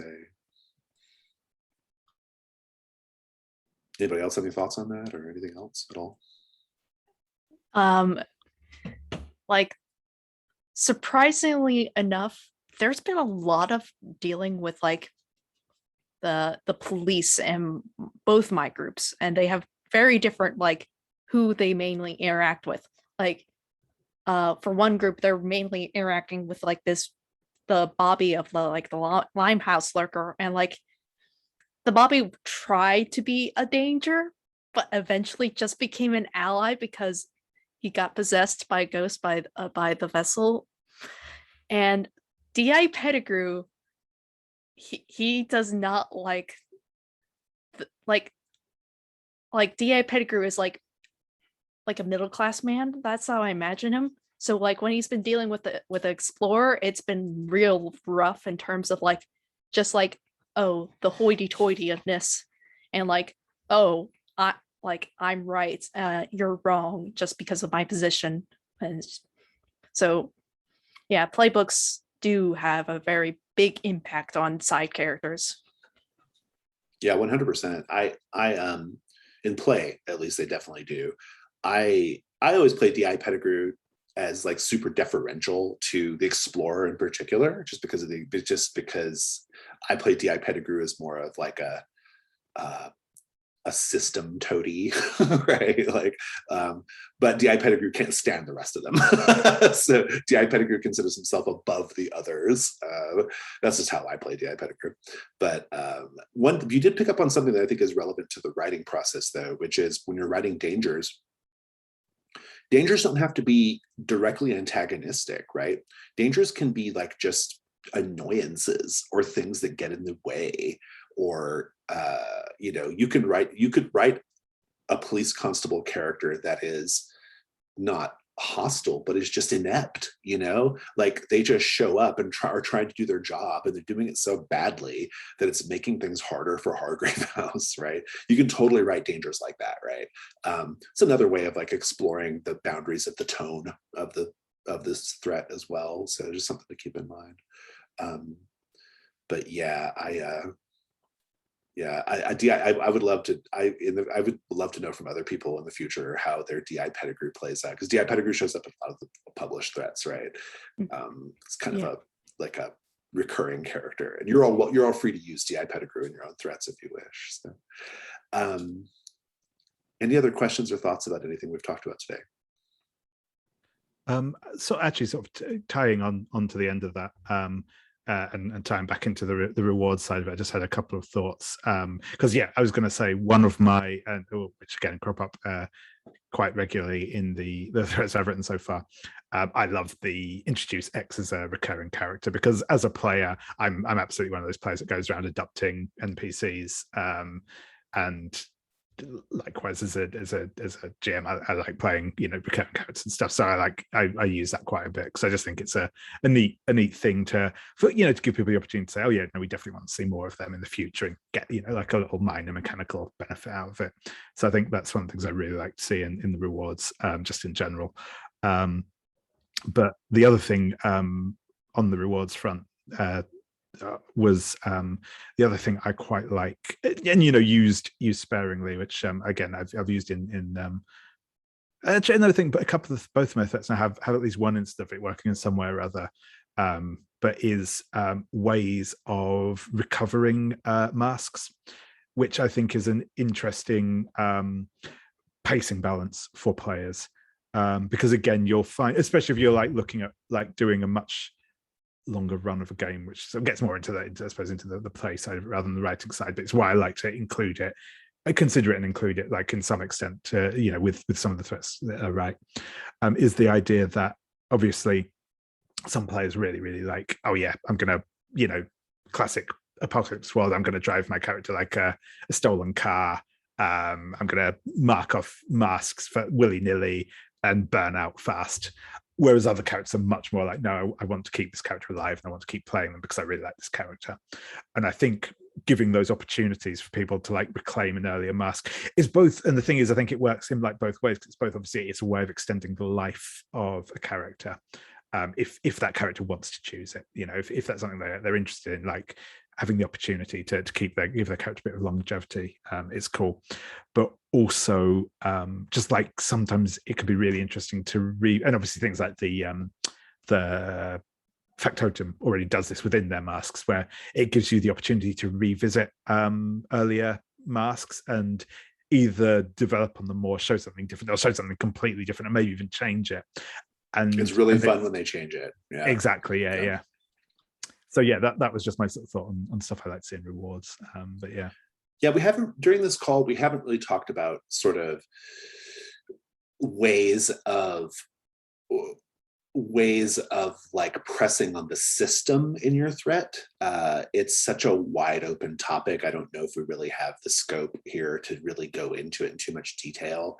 I guess my one piece of advice would be, if you're going to do something that messes with the Janus mask, or something that has custom moves, or something that sort of not undercuts, that's the wrong word, but sort of challenges the basic rules as written assumptions of the Between, I just think you have to, I would probably play test it. If you're able to play test it, you should. You may not have time in the contest to do that, but definitely feel free to reach out to me, as I'll have lots of thoughts on it for sure. And I'm happy to answer them, or at least give you my thoughts on those things. But you should definitely not shy away from doing this, because one of the contest judging criteria is creativity, right? And one of the things the judges will be looking at is, are you playing with the assumptions of the game?